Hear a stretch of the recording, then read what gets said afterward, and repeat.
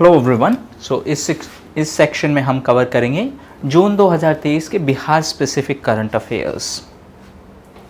First news है related to post matric scholarship scheme. So Bihar सरकार ने मैट्रिक के बाद ये एक स्कॉलरशिप स्कीम अनाउंस की है, जिसके थ्रू सरकार है वो फाइनेंशियल सपोर्ट प्रोवाइड करेगी to the backward and extremely backward families जिनका एनुअल इनकम है वो 3 लाख से ज़्यादा नहीं है। उनके बच्चों को फाइनेंशियल सपोर्ट देने की कोशिश की जाएगी और इस स्कीम के through medical college, engineering, management and law etcetera सब कवर हैं। इसके थ्रू जो एनुअल स्कॉलरशिप है वो दी जाएगी 1 लाख रुपए से 4 लाख रुपए तक की। जो फैमिली का इनकम है, एनुअल फैमिली इनकम है, वो 3 लाख से ज़्यादा नहीं होनी चाहिए। नेक्स्ट है केसीसी स्कीम। केसीसी है किसान क्रेडिट कार्ड स्कीम। सो केसीसी के थ्रू किसानों को जो क्रेडिट प्रोवाइड किया जाता है, और रिसेंटली ये न्यूज़ में था क्योंकि बिहार सरकार ने अपना टारगेट है वो स्पेसिफाई किया है।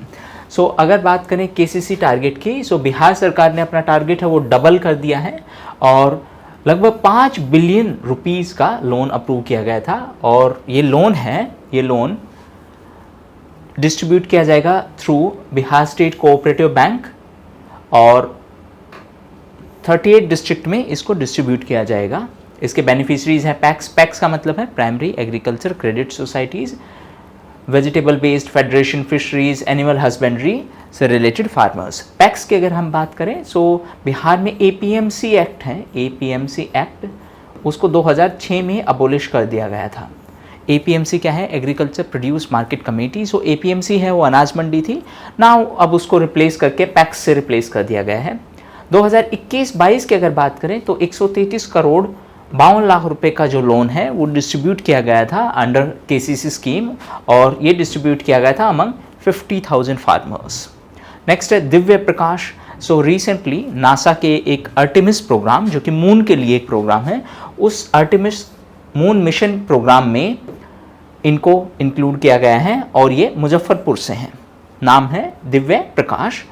आर्टेमिस प्रोग्राम है वो मून के लिए एक मिशन है और ये नासा का एक मिशन है। नासा है national aeronautics and space administration, जो कि यूएसए का एक स्पेस एजेंसी है। Next civil services day. So recently civil services day के ओकेजन पर बिहार के मुख्यमंत्री ने डिफरेंट ब्यूरोक्रेट्स को अवार्ड दिया था, सम्मानित किया गया था। सो डिफरेंट कैटेगरीज में अलग अलग ब्यूरोक्रेट्स को सम्मानित किया गया था। इसके अलावा इस ओकेजन पर एक प्रोजेक्ट भी न्यूज़ में था, श्रवण श्रुति प्रोजेक्ट, यानी सुनने की जो कैपेसिटी है उससे रिलेटेड ये प्रोजेक्ट है। सो जिन लोगों को सुनने में दिक्कत होती है उनके लिए गवर्नमेंट डिफरेंट टाइप की नेसेसरी असिस्टेंस प्रोवाइड कर रही है ताकि ऐसे लोगों को सहायता दी जा सके। हाँ, अब सिविल सर्विसेज डे के दौरान जो ब्यूरोक्रेट्स जिनको सम्मानित किया गया था, पब्लिक सर्विस कैटेगरी में पटना के डीएम को सम्मानित किया गया था, जो कि हैं मिस्टर चंद्रशेखर सिंह। इसके अलावा ग्रीवांस रिड्रेसल यानी समस्याओं के समाधान के लिए सम्मानित किया गया था सुपौल के डीएम, जो कि हैं कौशल कुमार। 7 निश्चय स्कीम की इम्प्लीमेंटेशन के लिए सम्मानित किया गया था सिवान के डीएम, जो कि हैं मुकुल कुमार गुप्ता। और जल जीवन हरियाली मिशन की सक्सेसफुल इम्प्लीमेंटेशन के लिए सम्मानित किया गया था नालंदा के डीएम शशांक शुभांकर को। और इनोवेशन की कैटेगरी में सम्मानित किया गया था मयंक बारबरे को, जो कि एडिशनल डायरेक्टर जनरल हैं BIPARD में। सो ये जो विनर्स हैं उनका नाम और कैटेगरी आपको ध्यान में रखना है।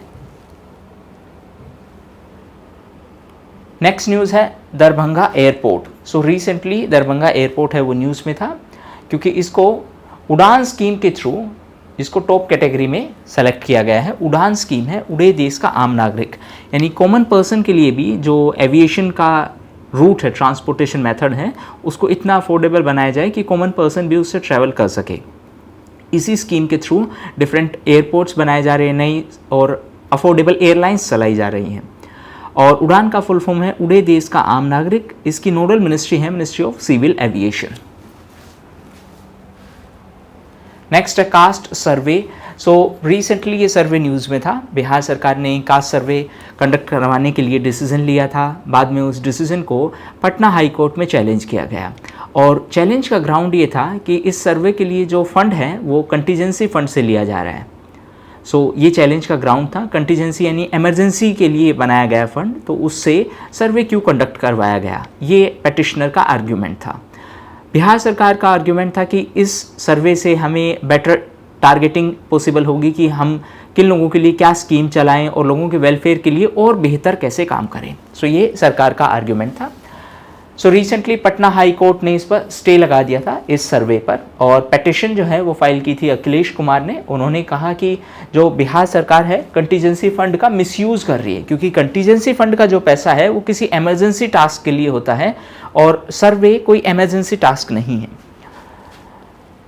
हालांकि गवर्नमेंट का आर्ग्यूमेंट था कि इस सर्वे से पब्लिक वेलफेयर के लिए स्टेप्स उठाए जाएंगे। नेक्स्ट न्यूज़ है रिलेटेड टू एनवायरमेंटल कंपनसेशन। सो एक स्टैट्यूटरी बॉडी है एनजीटी, नेशनल ग्रीन ट्रिब्यूनल, जो कि एनवायरमेंट रिलेटेड मैटर्स के लिए एक ट्रिब्यूनल सेटअप की गई है। ट्रिब्यूनल है वो स्पेशलाइज्ड कोर्ट हैं, क्वाज़ी जुडिशियल बॉडी है, और उनका मेन काम होता है किसी स्पेसिफिक टाइप के केसेस को हैंडल करना। फॉर एग्जांपल एनजीटी है वो सिर्फ एनवायरमेंट रिलेटेड केसेस की बात करेगी। एनजीटी एक स्टैट्यूटरी बॉडी है। ट्रिब्यूनल्स की अगर हम बात करें तो ओरिजिनली ट्रिब्यूनल्स हैं वो कॉन्स्टिट्यूशन में स्पेसिफाइड नहीं थी, इनको 42nd अमेंडमेंट के थ्रू कॉन्स्टिट्यूशन में इंट्रोड्यूस किया गया है, और इसके लिए आर्टिकल 323 है और इनको पार्ट 14 में इंक्लूड किया गया है। ओके, सो रिसेंटली ये न्यूज़ में थी क्योंकि एनजीटी ने बिहार पर 4000 करोड़ रुपए का जुर्माना लगाया है, क्योंकि बिहार सरकार ने सॉलिड वेस्ट मैनेजमेंट और पोल्यूशन रिलेटेड कुछ ठोस कदम नहीं उठाए थे। सो एनवायरमेंट पोल्यूशन के कंटेक्स्ट में एक टर्म है polluter pays, polluter pays principle. Hindi में इसका मतलब है कि जो भी पोल्यूशन फैलाएगा उसको उसका जुर्माना देना पड़ेगा, सिंपलेस्ट सेंस में। सो बिहार सरकार पर 4000 करोड़ रुपए का एनजीटी ने ये फाइन टाइप लगाया है। इसके पीछे आर्ग्यूमेंट ये है कि बिहार सरकार ने टाइम पर ठोस कदम नहीं उठाए, जिसकी वजह से एनवायरमेंटल पोल्यूशन हुआ है। सो इस पैसे की के पीछे वजह यह है कि बिहार सरकार टाइम से वो स्टेप नहीं ले पाई, जिसकी वजह से एनवायरमेंटल डिग्रेडेशन हुआ है। ओके, नेक्स्ट न्यूज़ है कोल ब्लॉक्स इन भागलपुर। सो भागलपुर में 2 कोल ब्लॉक्स पाए गए हैं। ये 2 कोल ब्लॉक्स हैं मिर्जा गांव और लक्ष्मीपुर। नेक्स्ट है मिशन परिवर्तन। सो जो मेडिकल इंस्टीट्यूशंस हैं, मेडिकल कॉलेज एंड हॉस्पिटल्स हैं, उनके अंदर सर्विस क्वालिटी को और बेहतर बनाने के लिए, उनके अंदर सफाई को और बेहतर बनाने के लिए ये मिशन अनाउंस किया गया है। मिशन परिवर्तन इसका नाम है। सो एक क्वेश्चन जो बन सकता है कि ये किस सेक्टर से रिलेटेड है। सो ये हेल्थ सेक्टर से रिलेटेड है और वहाँ का सर्विस क्वालिटी है उसको इम्प्रूव करने के लिए ये अनाउंस किया गया है। नेक्स्ट है 4th एग्रीकल्चरल रोड मैप। सो 2023 1 अप्रैल 2023 से स्टार्ट होने वाला है और ये चलेगा 5 साल, दैट इज टिल 2028, और इसके लिए 1.62 लाख करोड़ रुपए का अलोकेशन अनाउंस किया गया है आने वाले 5 साल के लिए, और ये 4th एग्रीकल्चरल रोड मैप होने वाला है। नेक्स्ट है बेफिकर ऐप। सो ये वाटर रिसोर्सेज डिपार्टमेंट ने एक ऐप लॉन्च की है। बेफिकर का फुल फॉर्म है Bihar E system for flood and irrigation quick response. So जैसा कि नाम से ही पता चलता है, इसका मेन ऑब्जेक्टिव है फ्लड और ड्रोट लाइक कंडीशंस में सरकार को एक बेहतर पोजीशन में लाना, ताकि सरकार टाइमली एक्शन ले सके फ्लड और ड्रोट लाइक सर्कमस्टांसेस में। नेक्स्ट है skill enhancement centre for maternity care. So ये first of its kind initiative है ईस्टर्न इंडिया में first of its kind initiative होने के कारण ही ये एग्जाम पर्सपेक्टिव से इम्पोर्टेंट है, और ये शुरू किया गया है पटना में। नेक्स्ट है makhana research centre. So research centre of makhana RCM, जो कि दरभंगा में था, उसका नाम है वो चेंज कर दिया गया है। अब इसका नाम है national research centre for makhana, और ये ICAR के अंडर में है। ICAR है Indian council of agricultural research. So अब ये ICAR के अंडर में है, क्योंकि अभी एक नेशनल इंस्टीट्यूशन के पर्सपेक्टिव से काम करेगी। और अगर मखाना की बात करें तो मिथिला रीजन बिहार का 90% जो मखाना प्रोडक्शन होता है, ग्लोबल मखाना प्रोडक्शन, वो मिथिला रीजन से होता है। और अगस्त 2022 में मखाना को GI टैग भी मिला है। GI का मतलब है ज्योग्राफिकल इंडिकेशन। सो जैसा कि हम अपने प्रीवियस लेक्चर्स में भी कवर कर चुके हैं, GI टैग किसी स्पेसिफिक प्रोडक्ट को दिया जाता है किसी स्पेसिफिक ज्योग्राफिकल ओरिजिन के लिए, और इसको GI रजिस्ट्री के द्वारा दिया जाता है, जो कि चेन्नई में है। GI रजिस्ट्री है वो कॉमर्स मिनिस्ट्री के अंडर में है। पहला जीआई टैग दार्जिलिंग टी को दिया गया था और बिहार का पहला जीआई टैग है वो मधुबनी पेंटिंग को दिया गया था। जीआई टैग 10 साल के लिए दिया जाता है। सो नेक्स्ट है food grain production. So recently 3rd estimate release किया गया है ओवरऑल फूड प्रोडक्शन का। उस एस्टिमेशन के हिसाब से व्हीट प्रोडक्शन है दैट इज रफली 63 लाख मेट्रिक टन है। राइस प्रोडक्शन है that is 76 lakh metric tonne है। ओवरऑल फूड ग्रेन प्रोडक्शन है that is 180 lakh metric tonne है। अगर लास्ट ईयर के कंपैरिजन की बात करें that is 2021-22, so last year के कंपैरिजन में ये कम है क्योंकि लास्ट ईयर था 184 लाख मेट्रिक टन। सो ये फूड ग्रेन प्रोडक्शन की बात है। This is as per 3rd estimate. Next है national water awards. So recently union Jal Shakti ministry ने बिहार को 3rd बेस्ट स्टेट डिक्लेयर किया है in terms of water conservation. Next news है related to a cycle scheme. So Bihar government का एक scheme है जिसके थ्रू साइकिल्स प्रोवाइड की जाती हैं स्टूडेंट्स को। उस स्कीम को मल्टीपल अफ्रीकन कंट्रीज ने अडोप्ट किया है including countries like Zambia. Next news है रिलेटेड टू मुख्यमंत्री नारी शक्ति योजना। सो जो वल्नरेबल सेक्शन की फीमेल्स हैं उनको कॉम्पिटिटिव एग्जाम क्लियर करने के बाद गवर्नमेंट है वो फाइनेंशियल सपोर्ट प्रोवाइड करती है। इस स्कीम का नाम है मुख्यमंत्री नारी शक्ति योजना। इस स्कीम के थ्रू 6 बेनिफिशरीज हैं उनको रिसेंटली फाइनेंशियल सपोर्ट दी गई थी जिन्होंने यूपीएससी एग्जाम क्लियर किया था 2022 में। सो इसमें SC that is scheduled caste, ST that is scheduled tribe and OBC female aspirants हैं उनको फाइनेंशियल असिस्टेंस दी जाती है by the government for state PCS and for UPSC exam. और उसी के चलते रिसेंटली इन 6 फीमेल्स को ये फाइनेंशियल अमाउंट दी गई थी। 2022 में इस स्कीम को एक्सटेंड कर दिया गया था और जनरल कैटेगरी की फीमेल हैं, पहले सिर्फ SC, ST और OBC इसमें कवर्ड थी, अब जनरल कैटेगरी की फीमेल है उनको भी फाइनेंशियल असिस्टेंस प्रोवाइड की जाती है। सो ये थे most important Bihar specific current affairs from June 2023।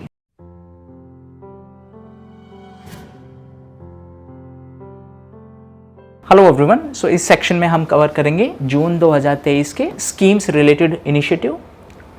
First है ई श्रम पोर्टल। सो अनऑर्गेनाइज सेक्टर के वर्कर्स को रजिस्टर करने के लिए लेबर मिनिस्ट्री ने एक स्कीम स्टार्ट की है और उस स्कीम का नाम है, यानी एक पोर्टल है, उस पोर्टल का नाम है ई श्रम पोर्टल। ये 2022 में ही ministry of labour and employment ने स्टार्ट किया हुआ था। अब इसमें कुछ नई फीचर्स हैं ऐड की गई हैं। अनऑर्गेनाइज सेक्टर के वर्कर्स की अगर हम बात करें तो उसमें 2 टर्म्स इंपॉर्टेंट है। एक है गिग वर्कर यानी कि इनका 9 to 5 जॉब नहीं होता है, 9 to 5 जॉब नहीं होता है और इसीलिए इनका ट्रेडिशनल एम्प्लॉय और एम्प्लॉयर रिलेशनशिप नहीं होता। फॉर एग्जांपल आर्टिस्ट हैं, से म्यूजिशियन, तो उन्होंने कुछ देर के लिए परफॉर्म किया तो उनको हम बोलते हैं गिग वर्कर। दूसरे जो वर्कर्स होते हैं वो है प्लेटफॉर्म वर्कर्स। प्लेटफॉर्म वर्कर्स का मतलब है ये किसी स्पेसिफिक प्लेटफॉर्म को यूज़ करते हैं। फॉर एग्जांपल से कोई ऐप, कोई सॉफ्टवेयर या कोई वेबसाइट, जैसे ओला, उबर, जोमेटो, स्विगी, ये सारे के सारे क्या हैं, प्लेटफॉर्म वर्कर्स हैं।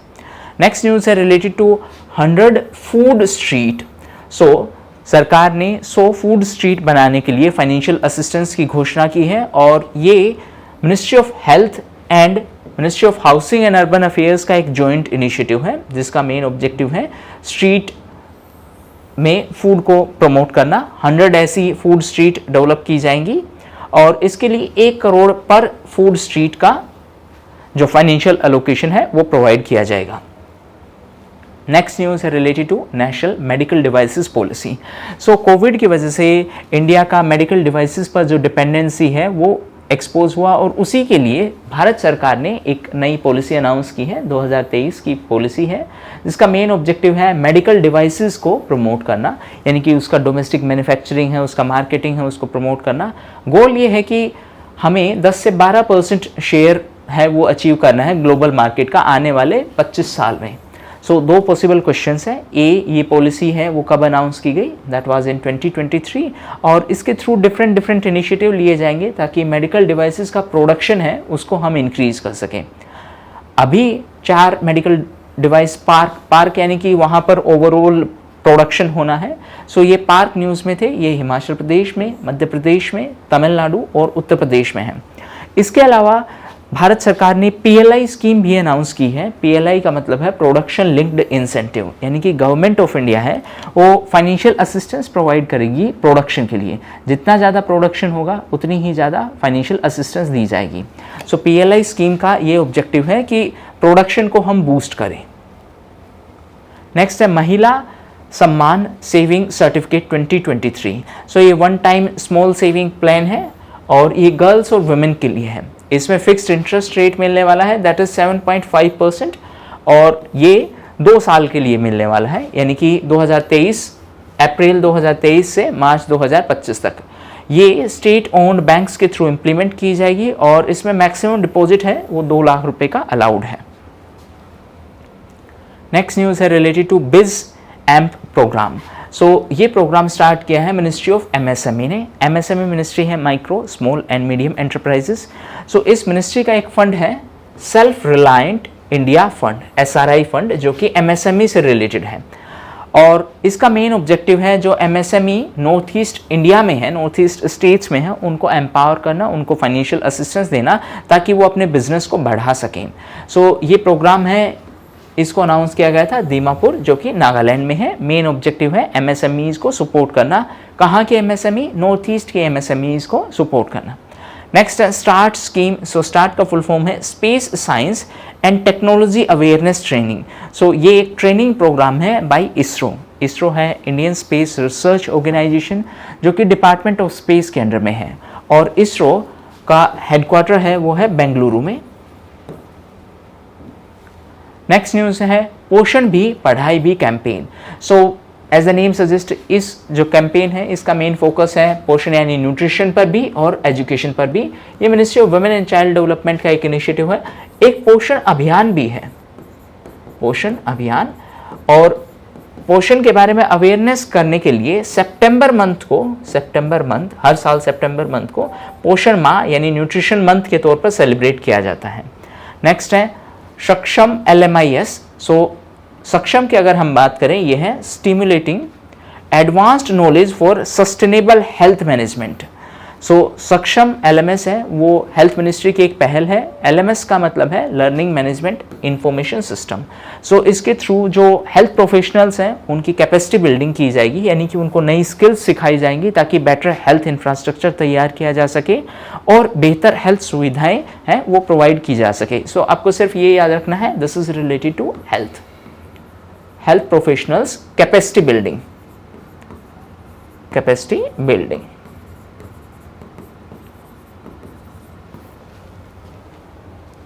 नेक्स्ट इनिशिएटिव है Swachh Bharat mission Grameen phase 2। So इस इनिशिएटिव के थ्रू 50% विलेजेस ने ODF प्लस का स्टेटस अचीव कर लिया है।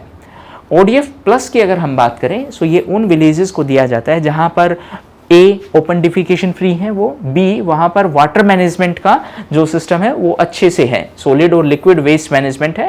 यानी कि ODF का मतलब है ओपन डिफिकेशन फ्री, और ODF प्लस का मतलब हमने बात की है कि वेस्ट मैनेजमेंट की फैसिलिटी भी वहां पर उपलब्ध है, waste management.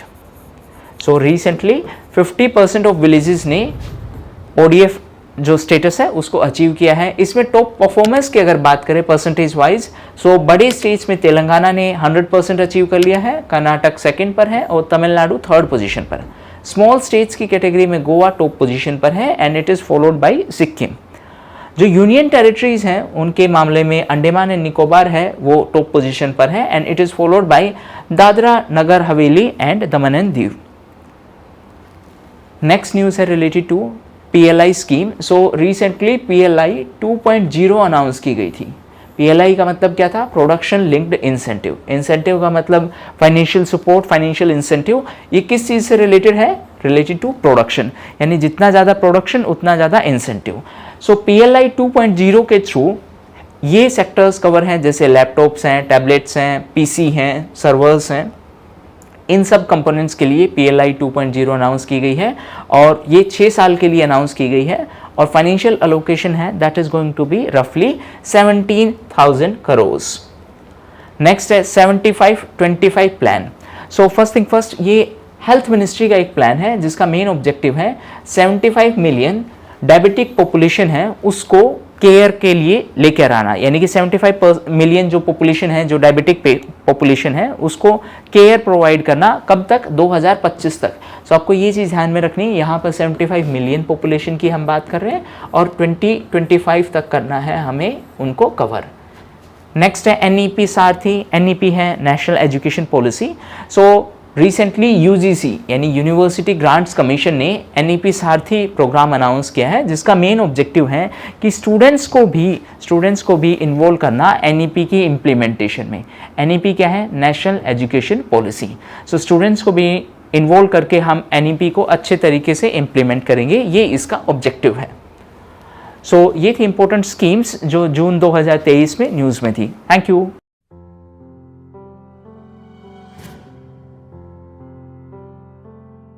Hello everyone. So इस सेक्शन में हम कवर करेंगे जून 2023 के national current affairs. First related to under water hydrocarbon pipeline. So Asia की सबसे लंबी अंडर वाटर हाइड्रोकार्बन पाइपलाइन है, वो ब्रह्मपुत्र रिवर के अक्रॉस सेटअप की जानी है और इसको तैयार करने का काम है वो इंद्रधनुष गैस ग्रिड लिमिटेड ने किया है और ये जोरहट जो कि आसाम में है को माजुली से कनेक्ट करेगी। जोरहट और आसाम दोनों माजुली में हैं। सो ये अंडर वाटर हाइड्रोकार्बन पाइपलाइन है जो कि एशिया की सबसे लंबी पाइपलाइन होने वाली है अंडर वाटर। नेक्स्ट है प्रकाश सिंह बादल। प्रकाश सिंह बादल जो कि पंजाब के पूर्व मुख्यमंत्री रहे थे, रिसेंटली उनका निधन हुआ था और वो शिरोमणि अकाली दल पॉलिटिकल पार्टी से एसोसिएटेड थे। 1977 में मोरारजी देसाई की जो गवर्नमेंट थी, उस गवर्नमेंट में वो यूनियन एग्रीकल्चर मिनिस्टर भी रहे थे।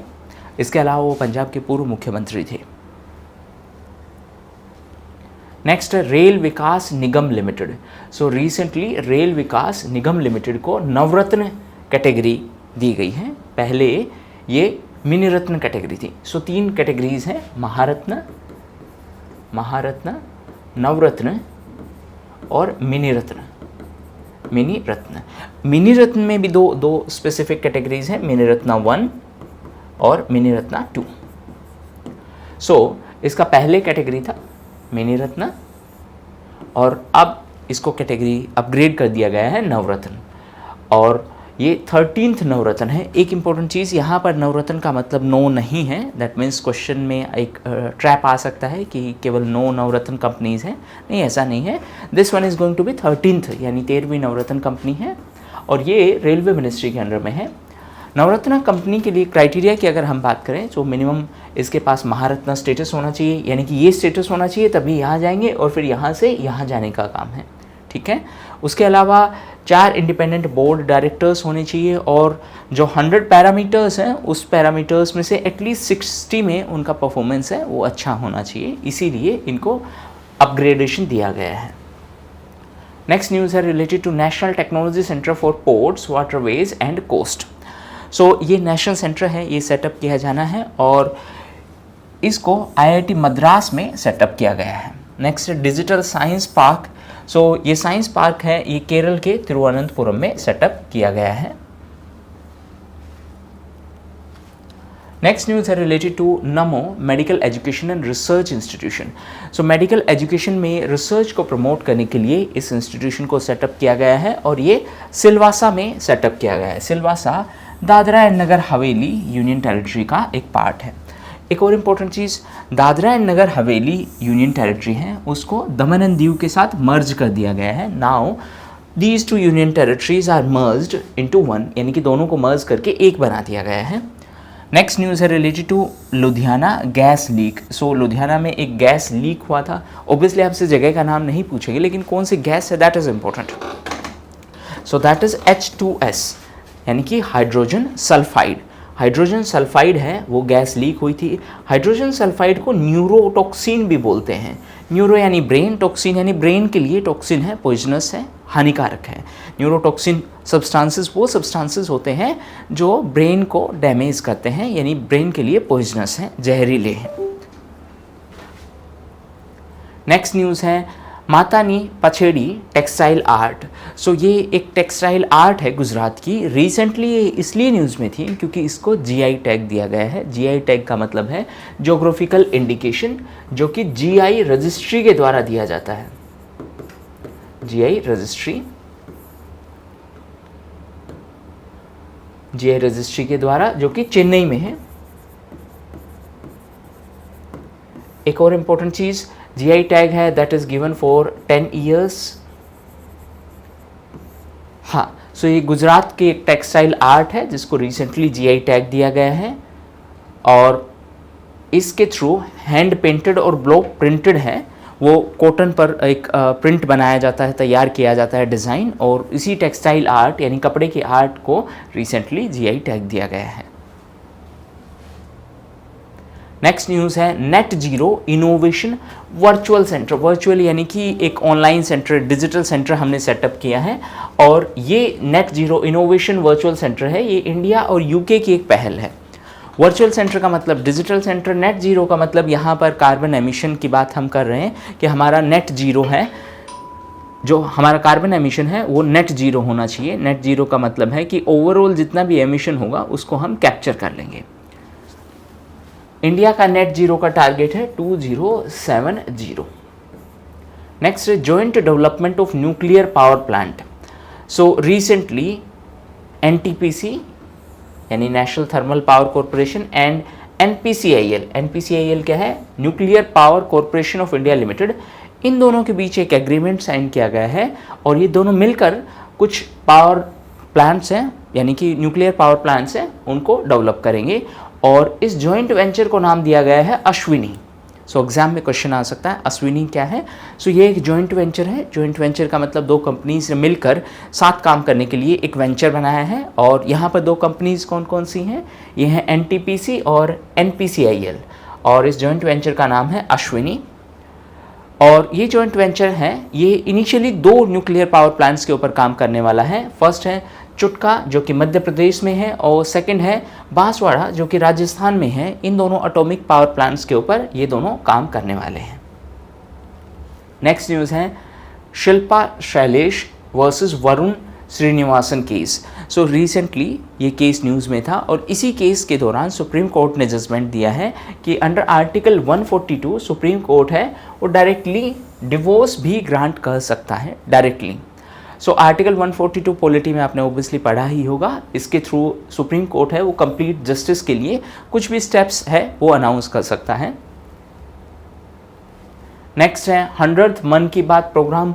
सो मन की बात प्रोग्राम प्राइम मिनिस्टर का एक प्रोग्राम है जिसके थ्रू वो रेडियो पे कुछ इनिशिएटिव्स अनाउंस करते हैं, पब्लिक के साथ इंटरेक्शन का ये एक प्रोग्राम है। रिसेंटली ये इसलिए न्यूज़ में था क्योंकि इसका 100th एपिसोड है वो अभी ख़त्म हुआ है 30 अप्रैल को। ये प्रोग्राम 3 अक्टूबर 2014 को स्टार्ट किया गया था। यहाँ पे ईयर और डेट दोनों इंपॉर्टेंट है। ये प्रोग्राम 22 इंडियन लैंग्वेजेस में, 29 डायलेक्ट्स और 11 इंटरनेशनल लैंग्वेज में ब्रॉडकास्ट किया जाता है। नेक्स्ट है रंजीत गुहा। सो वो एक वेल नोन हिस्टोरियन थे, रिसेंटली उनका निधन हुआ है। नेक्स्ट न्यूज़ है India's first cable stayed railway bridge. So cable के थ्रू जो रेलवे ब्रिज है वो इंडिया का पहला केबल स्टेड रेलवे ब्रिज है, वो रिसेंटली न्यूज़ में था, और ये जम्मू एंड कश्मीर में सेटअप किया गया है। ये अंजी रिवर के ऊपर है। अंजी रिवर चेनाब रिवर की एक ट्रिब्यूटरी है। सो 3 इंपॉर्टेंट चीज़ें, अंजी रिवर कहाँ है, अंजी रिवर जम्मू एंड कश्मीर में है जो कि चेनाब रिवर की एक ट्रिब्यूटरी है, और उसी अंजी रिवर के ऊपर ये इंडिया का पहला केबल स्टेड रेलवे ब्रिज तैयार किया गया है। नेक्स्ट न्यूज़ है national manufacturing innovation survey. So as the name suggest, यहाँ पर हम बात कर रहे हैं कि मैन्युफैक्चरिंग के जो प्रोसेस है उसमें इनोवेशन कितना है, उसके लिए सर्वे किया गया है।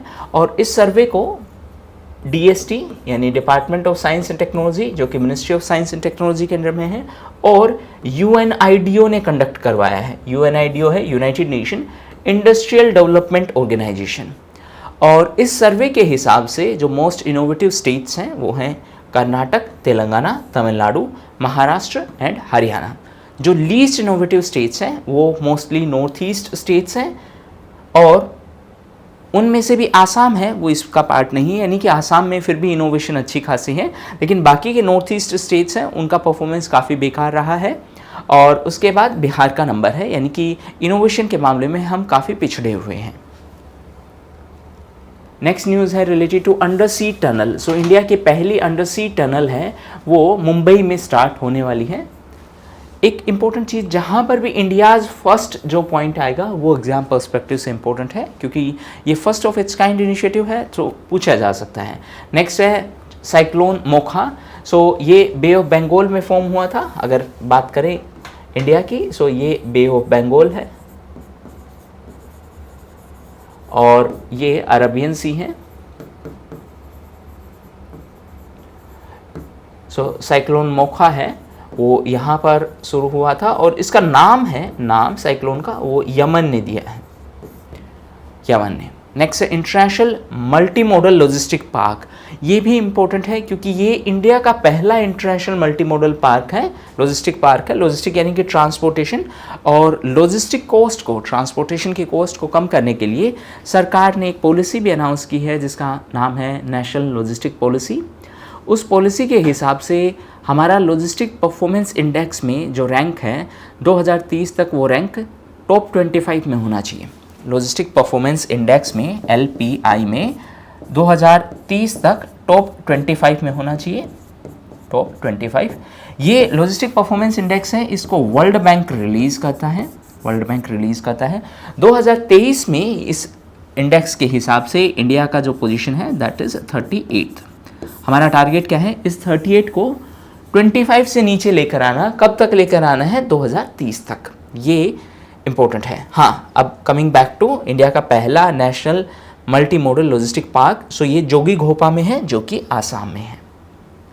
नेक्स्ट न्यूज़ है रिलेटेड टू मणिपुर अनरेस्ट। सो मणिपुर में ट्राइबल कम्युनिटीज़ के बीच में काफ़ी वायलेंट कन्फ्लिक्ट हुआ था और उसी की वजह से मणिपुर में अनरेस्ट था। सो इस अनरेस्ट की अगर हम बैकग्राउंड देखें, सो अनरेस्ट के पीछे का कारण ये है कि मणिपुर हाई कोर्ट ने एक ऑर्डर दिया था कि जो मैती कम्युनिटी है, मैती कम्युनिटी, उसको स्टेट में ST का स्टेटस दे दिया जाना चाहिए, यानी कि शेड्यूल्ड ट्राइब की लिस्ट में उसको शामिल कर दिया जाना चाहिए।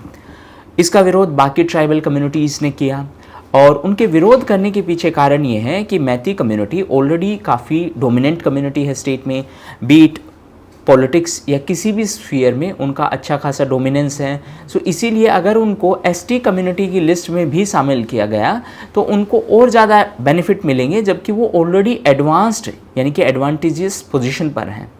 और इसीलिए बाकी ट्राइबल कम्युनिटीज़ ने इसका विरोध किया और उसी के चलते एंटायर स्टेट में काफ़ी अनरेस्ट हुआ। सो दो इंपॉर्टेंट चीज़ें, ए मणिपुर में कौन सी कम्युनिटी की वजह से ये एंटायर इशू था। सो मैती कम्युनिटी को वहाँ के हाई कोर्ट ने मैती कम्युनिटी को ST स्टेटस देने की बात कही थी, जिसके बाद ये पूरा विवाद या कंट्रोवर्सी स्टार्ट हुआ। मैती कम्युनिटी की अगर हम बात करें, सो ये वहाँ की डोमिनेंट कम्युनिटी है और पॉपुलेशन वाइज रफली 64.6% पॉपुलेशन है और पॉलिटिकल रिप्रेजेंटेशन में भी इसका डोमिनेंस है। जैसे 60 असेंबली सीट में रफली 40 हैं वो मैतीज़ की ही हैं। इसके अलावा मणिपुरी लैंग्वेज जो कि मैती ट्राइबल कम्युनिटी का लैंग्वेज है, उसको भी 8th शेड्यूल में शामिल किया गया है, कॉन्स्टिट्यूशन के 8th शेड्यूल में। सो बाकी ट्राइबल कम्युनिटीज़ का कहना है कि अगर मैती कम्युनिटी को और बेनिफिट दिए गए सो वो उनके लिए डिसएडवांटेजियस पोजीशन होगी, यानी कि बाकी कम्युनिटीज़ के लिए डिसएडवांटेज होगा। नेक्स्ट है इंटीग्रेटेड डेटा सेंटर। सो अडानी ग्रुप है वो इंडिया का पहला, अगेन इंडिया का पहला इंटीग्रेटेड डेटा सेंटर है, वो सेटअप करेगा और ये सेटअप किया जाएगा विशाखापत्तनम में जो कि आंध्र प्रदेश में है। नेक्स्ट न्यूज़ है Ratnagiri refinery and petrochemicals limited. So Ratnagiri जो कि महाराष्ट्र में है, वहाँ पर ये रिफाइनरी एंड पेट्रोकेमिकल्स लिमिटेड है, सेटअप किया जाना है और इसको बताया गया है कि ये दुनिया का सबसे बड़ा सिंगल लोकेशन रिफाइनरी कॉम्प्लेक्स है, यानी कि एक साथ है ये पूरा प्रोजेक्ट, वो दुनिया का सबसे बड़ा रिफाइनरी प्रोजेक्ट है, प्रोजेक्ट कॉम्प्लेक्स है। नेक्स्ट है Dawki land port. So India ने इस पोर्ट को रिसेंटली मेघालय बांग्लादेश बॉर्डर पर सेटअप किया है ताकि दोनों देशों के बीच जो ट्रेड है उसको बढ़ावा दिया जा सके। सो यहाँ पर स्टेट इंपॉर्टेंट है, दैट इज़ मेघालय, और बांग्लादेश के साथ जो बॉर्डर ट्रेड है उसको बढ़ावा देने के लिए ये सेटअप किया गया है। नेक्स्ट है air force heritage centre. So recently air force heritage centre है, जो कि देश का पहला ऐसा हेरिटेज सेंटर होने वाला है एयरफोर्स के लिए, उसको चंडीगढ़ में सेटअप किया गया है। नेक्स्ट न्यूज़ है रिलेटेड टू शांति निकेतन। सो शांति निकेतन को श्री रविंद्रनाथ टैगोर ने सेटअप किया था। ये पश्चिम बंगाल में है। रिसेंटली ये न्यूज़ में है क्योंकि international council on monuments and sites ने रिकमेंडेशन दिया है कि शांति निकेतन को यूनेस्को वर्ल्ड हेरिटेज साइट्स की लिस्ट में शामिल किया जाना चाहिए। शांति निकेतन को श्री रविंद्रनाथ टैगोर ने सेटअप किया था और उन्होंने विश्व भारती यूनिवर्सिटी को सेटअप किया था 1921 में। ये पश्चिम बंगाल में सिचुएटेड है। नेक्स्ट है LSEG technology centre of excellence. LSEG का मतलब है लंदन स्टॉक एक्सचेंज ग्रुप। सो LSEG का जो पहला सेंटर ऑफ एक्सीलेंस है वो हैदराबाद में होने वाला है। LSEG है London stock exchange group. Next है 5th ग्लोबल आयुर्वेदा फेस्टिवल। सो ये फेस्टिवल है तिरुवनंतपुरम में, जो कि केरल में है, वहाँ होने वाला है। नेक्स्ट है तुंगनाथ टेम्पल। सो रिसेंटली ये टेम्पल न्यूज़ में था क्योंकि इसको नेशनल मॉन्यूमेंट डिक्लेयर कर दिया गया है। ये टेम्पल है, ये उत्तराखंड में सिचुएटेड है and it is dedicated to lord Shiva. So भगवान शिव को ये टेम्पल डेडिकेटेड है। कहाँ पर है ये उत्तराखंड में सिचुएटेड है। नेक्स्ट है GI टैग्ड प्रोडक्ट्स।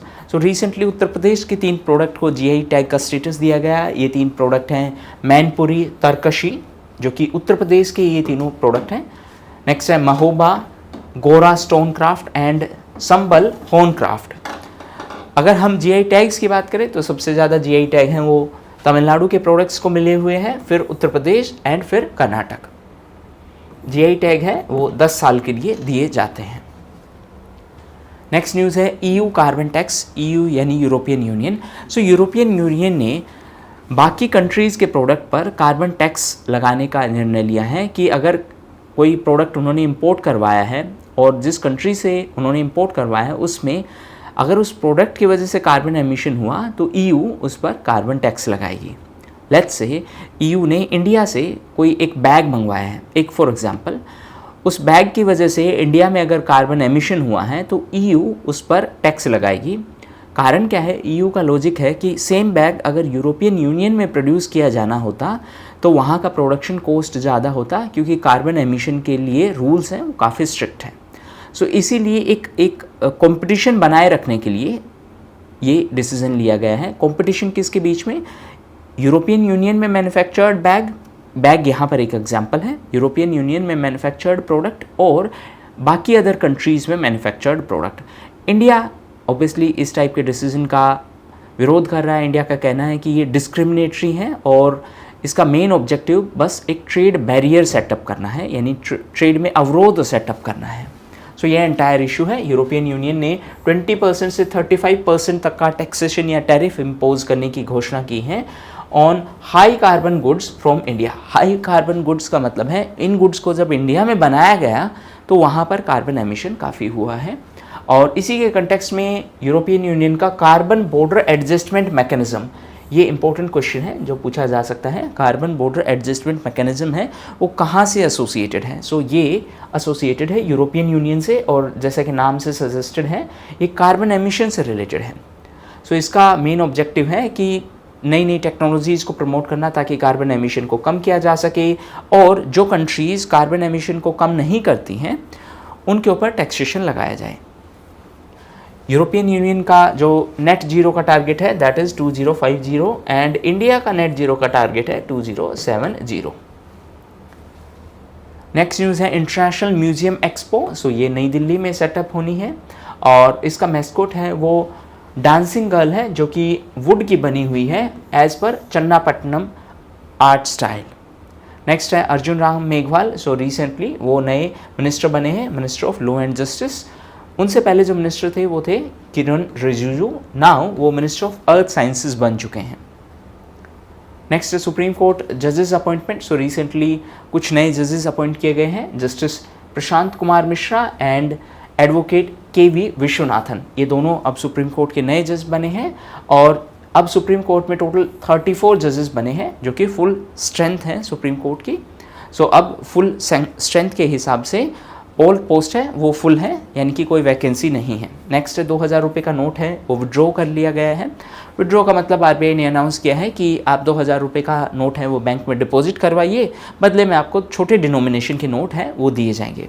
इंपॉर्टेंट चीज़ यहाँ पर ये है कि आरबीआई है that is monetary authority of our country, और आरबीआई करेंसी नोट्स इशू करती है। 2000 रुपये का जो नोट है उसको 2016 में जो डीमोनेटाइजेशन हुई थी उसके बाद इशू किया गया था। नेक्स्ट न्यूज़ है related to stars programme. So ये एजुकेशन से रिलेटेड एक प्रोग्राम है जिसमें वर्ल्ड बैंक फाइनेंशियल सपोर्ट देने वाला है। स्टार्स का फुल फॉर्म है strengthening teaching learning and results for states. So stars programme है that is related to education. Next है AFSPA। AFSPA का मतलब है armed forces special power act, यानी आर्म्ड फोर्सेस के पास, सिक्योरिटी फोर्सेस के पास कुछ स्पेशल पावर्स दी गई हैं इस एक्ट के थ्रू। रिसेंटली ये न्यूज़ में था क्योंकि आसाम ने अनाउंस किया है कि वो AFSPA को कम्प्लीटली विड्रॉ कर देगा। जनरली ये उन स्टेट्स में लागू किया गया था जहाँ पर वायलेंस इंसर्जेंसी की जो सिचुएशन थी वो लागू थी, यानी कि जहाँ पर जो सिचुएशन थी वो काफ़ी वोलेटाइल थी। इस एक्ट के थ्रू आर्म्ड फोर्सेस यानी हमारे सिक्योरिटी फोर्सेस को स्पेशल पावर दी गई थी।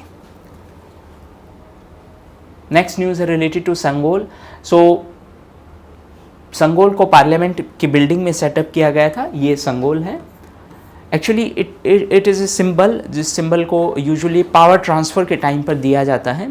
सो ये सिंबल है लॉर्ड माउंटबेटन ने इंडिया के पहले प्राइम मिनिस्टर श्री जवाहरलाल नेहरू को दिया था, और इसी को बोला जाता है कि ये पावर ट्रांसफ़र का एक सिंबल है कि जब एक राजा से दूसरी राजा या एक पावर सेंटर से दूसरे पावर सेंटर जब पावर ट्रांसफ़र होती है तो उस टाइम पर ये दिया जाना है। ओरिजिनली इसको चोला डायनेस्टी में जो कि तमिलनाडु में है वहाँ पर इसको यूटिलाइज़ किया जाता था। करंटली यानी कि इंडिया के नई पार्लियामेंट में सेटअप करने से पहले ये प्रयागराज के एक म्यूजियम में था। सो ये थे important national events.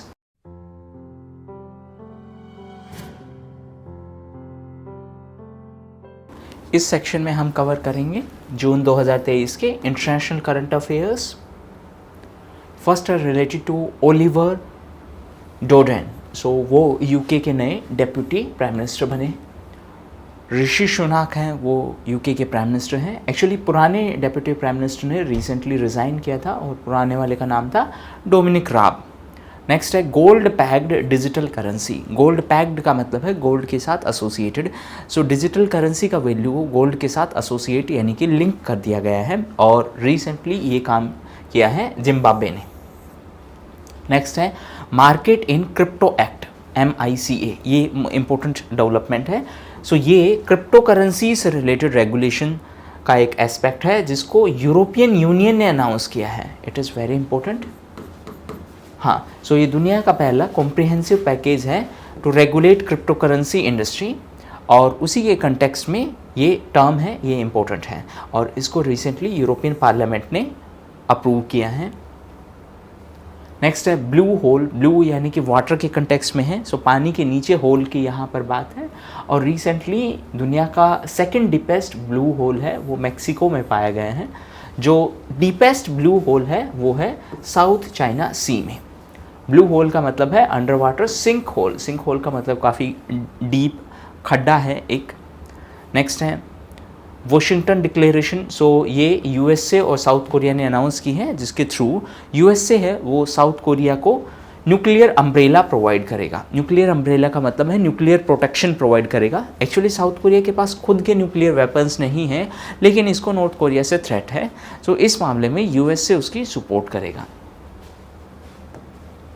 Next news है related to big catch up.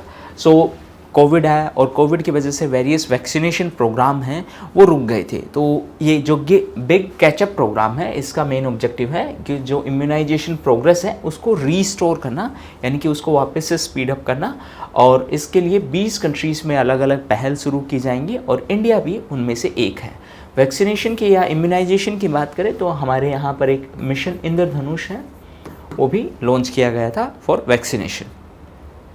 Next है कारगिल में एक प्रोजेक्ट है और उस प्रोजेक्ट के लिए ऑस्ट्रेलिया ने फाइनेंशियल ग्रांट है वो अनाउंस की है। इस प्रोजेक्ट का नाम है रिटर्न टू रूट्स, यानी कि जो ट्रेडिशनल नॉलेज है वहाँ के लोगों की, लोकल लोगों की, उस ट्रेडिशनल नॉलेज को स्कूल्स में इंटीग्रेट किया जाएगा। यानी कि जो बच्चे हैं जिनको पढ़ाया जाता है वहाँ पर ट्रेडिशनल नॉलेज के बारे में भी जागरूकता फैलाई जाएगी, ताकि इस नॉलेज को, ट्रेडिशनल नॉलेज को हम कैरी फॉरवर्ड कर सकें। सो ये प्रोजेक्ट का नाम है रिटर्न टू रूट्स और इसको ऑस्ट्रेलियन गवर्नमेंट ने ग्रांट देने की घोषणा की है। Next, largest supplier of refined fuel. So India को रिसेंटली कोविड के टाइम पर और उसके बाद रशिया यूक्रेन के टाइम पर इंडिया को अलग अलग सोर्सेज से ऑयल मिला था, ऑयल हमने परचेज़ किया था। वो हमने क्रूड ऑयल परचेज़ किया था, कच्चा तेल हमने परचेज़ किया और फिर उसको रिफ़ाइन करके हमने अलग अलग कंट्रीज़ को बेचा। सो उसी के कंटेक्स्ट में ये न्यूज़ है कि यूरोपियन यूनियन के लिए या यूरोप के लिए India largest supplier of refined fuel बना अप्रैल 2023 में। अब आपके माइंड में एक क्वेश्चन आया होगा कि हम बार बार पढ़ते हैं कि इंडिया तो इम्पोर्ट्स पर डिपेंडेंट है, तो हम रिफाइंड ऑयल के इतने बड़े सप्लायर कैसे बने? सो हम रॉ मटेरियल है, क्रूड ऑयल है, वो हम परचेज़ करते हैं। क्रूड ऑयल यानी कच्चा तेल, वो हम परचेज़ करते हैं और उसको रिफ़ाइन करके फिर हम बाकी कंट्रीज़ को एक्सपोर्ट करते हैं। नेक्स्ट है अजय बांगा। सो वो इंडो अमेरिकन है और रिसेंटली वो वर्ल्ड बैंक के 14th प्रेसिडेंट अनाउंस किए गए थे, इसी कंटेक्स्ट में वो न्यूज़ में थे। वर्ल्ड बैंक ग्रुप का जो प्रेसिडेंट है वो अमेरिकन सिटीज़न होता है जो कि यूएस से नॉमिनेट करता है, और IMF का MD होता है वो है यूरोपियन सिटीज़न। वर्ल्ड बैंक और IMF की अगर हम बात करें सो एक ग्लोबल इंस्टीट्यूशन है। IMF है इंटरनेशनल मॉनेटरी फंड, और किसी भी कंट्री को अगर वर्ल्ड बैंक ग्रुप का पार्ट बनना है तो उसको पहले IMF का मेंबर बनना होगा। नेक्स्ट न्यूज़ है किंग चार्ल्स III कोरोनेशन। सो जैसे इंडिया में प्रेसिडेंट इलेक्ट होते हैं वैसे ही यूके में ऐसा कॉन्सेप्ट नहीं है। इंडिया एक रिपब्लिक कंट्री है। रिपब्लिक का मतलब हमारे जो प्रेसिडेंट है उनको इलेक्ट किया जाता है, कोई हेरिडिटरी पोजीशन नहीं है। हेरिडिटरी का मतलब किसी एक स्पेसिफिक फैमिली से एसोसिएटेड नहीं है। बट यूके में फैमिली स्पेसिफिक है, यानी कि एक ही फैमिली के मेंबर हैं वो प्रिंस बनेंगे या जो हेड बनेंगे। सो उसी के कंटेक्स्ट में रिसेंटली वहाँ की क्वीन है, उनका डेथ हुआ था, और उनके डेथ के बाद जो नए राजा बने हैं, राजा इन द सेंस हेड बने हैं, वो है Kings Charles III and queen है कैमिला। सो रिसेंटली उनका कोरोनेशन हुआ था। कोरोनेशन का मतलब जनरली है कि उनको ताज पहनाया गया था, और किंग्स चार्ल्स हैं, उन्होंने अपनी मदर क्वीन एलिजाबेथ को सक्सीड किया है। यानी कि उनसे पहले जो क्वीन थी वो थी क्वीन एलिजाबेथ, जिनका रिसेंटली निधन हुआ है, और उनके बाद किंग चार्ल्स हैं, उनका कोरोनेशन हुआ है। 1952 से क्वीन एलिजाबेथ थी और उनकी डेथ के बाद अब नया कोरोनेशन हुआ है। नेक्स्ट है सीरिया। सो रिसेंटली अरब लीग ने अनाउंस किया है कि सीरिया को वो वापस मेंबर कंसिडर करेंगे। सीरिया को इससे पहले सस्पेंड कर दिया गया था 2011 में। अरब लीग का जो समिट है 2023 का समिट, वो सऊदी अरबिया में होना है। इसके अलावा एक और इम्पोर्टेंट चीज़ न्यूज़ में थी जो है बीजिंग अकॉर्ड, जिस अकॉर्ड के थ्रू ईरान और सऊदी अरबिया दोनों ने अपने रिलेशनशिप हैं उनको इम्प्रूव करने की अनाउंसमेंट की थी। ईरान और सऊदी अरबिया के बीच हमेशा कन्फ्लिक्ट होता है, बिकॉज ईरान अपने आप को शिया वर्ल्ड का लीडर मानता है और सऊदी अरबिया अपने आप को सुन्नी वर्ल्ड का लीडर मानता है, और इसीलिए दोनों के बीच काफ़ी टसल भी होता है। नेक्स्ट न्यूज़ है पर्सोना नॉन ग्राटा। सो इस टर्म का मतलब है कि आप हमें हमारे देश में नहीं चाहिए हो। सो यूजुअली ये फॉरेन जो सिटीजन्स होते हैं उनके कंटेक्स्ट में यूज़ किया जाता है कि किसी पर्सन को हम नहीं चाहते हैं तो हम उसको डिपोर्ट करते हैं। सो पर्सोना नॉन ग्राटा का मतलब है अनवेलकम पर्सन, कि आप हमारी कंट्री में नहीं होने चाहिए, आप अपनी कंट्री वापस जाइए। नेक्स्ट है लुडोविक अडोर। सो रिसेंटली वो केयर टेकर प्राइम मिनिस्टर बने हैं स्लोवाकिया की अगर हम बात करें तो ये एक यूरोपियन कंट्री है जो पोलैंड है उससे बॉर्डर बाउंड्री शेयर करता है। इसके अलावा चेक रिपब्लिक और बाकी सब कंट्रीज से बॉर्डर बाउंड्री शेयर करता है। नेक्स्ट न्यूज़ है 50 स्टार्टअप एक्सचेंज प्रोग्राम। सो ये इंडिया और बांग्लादेश का एक एक्सचेंज प्रोग्राम है जिसमें हम स्टार्टअप्स को प्रमोट करेंगे थ्रू कोऑपरेशन। नेक्स्ट है TikTok ban. So recently US का पहला स्टेट बना है मोंटाना, जिन्होंने टिकटॉक पर बैन लगाया है। नेक्स्ट है Pakistan Iran first border market. So ये ईरान और पाकिस्तान के बीच पहली बॉर्डर मार्केट होनी है और इसका नाम है मन पश्चिम क्रॉसिंग पॉइंट। ये ईरान और पाकिस्तान बॉर्डर पर पहली ऐसी मार्केट होनी है। नेक्स्ट न्यूज़ है रीसेंट G7 समिट से। सो G7 है वो 7 देशों का एक समूह है। रिसेंटली 49th G7 समिट हुई थी और इस समिट में इंडिया ने भी पार्टिसिपेट किया था। एक्चुअली इंडिया इसका मेंबर नहीं है, लेकिन कुछ कंट्रीज़ को एज ए गेस्ट इनवाइट किया गया था और इंडिया भी उनमें से एक था। सो G7 समिट है वो जापान के हिरोशिमा में हुई थी और इसी दौरान प्राइम मिनिस्टर हैं वो जापान, पपुआ न्यू गिनी और ऑस्ट्रेलिया के दौरे पर थे। इनफैक्ट पपुआ न्यू गिनी में उन्होंने इंडिया पैसिफिक आइलैंड कोऑपरेशन की 3rd समिट को भी अटेंड किया था और पपुआ न्यू गिनी जाने वाले वो पहले भारतीय प्रधानमंत्री बने हैं। G7 मेंबर्स की अगर हम बात करें सो ये हैं जापान, USA,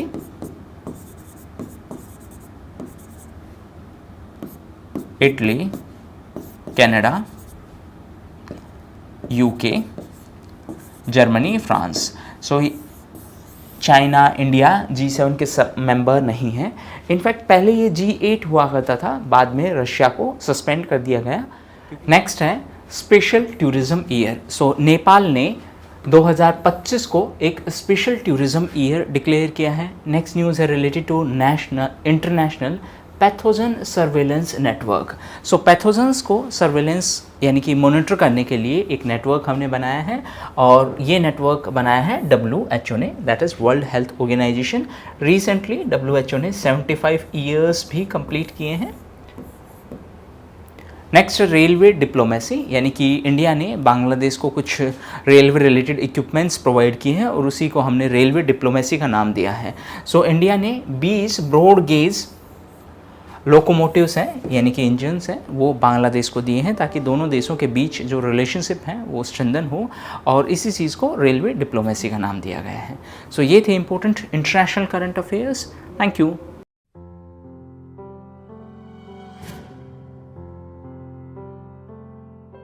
इस सेक्शन में हम कवर करेंगे जून के economics related current affairs.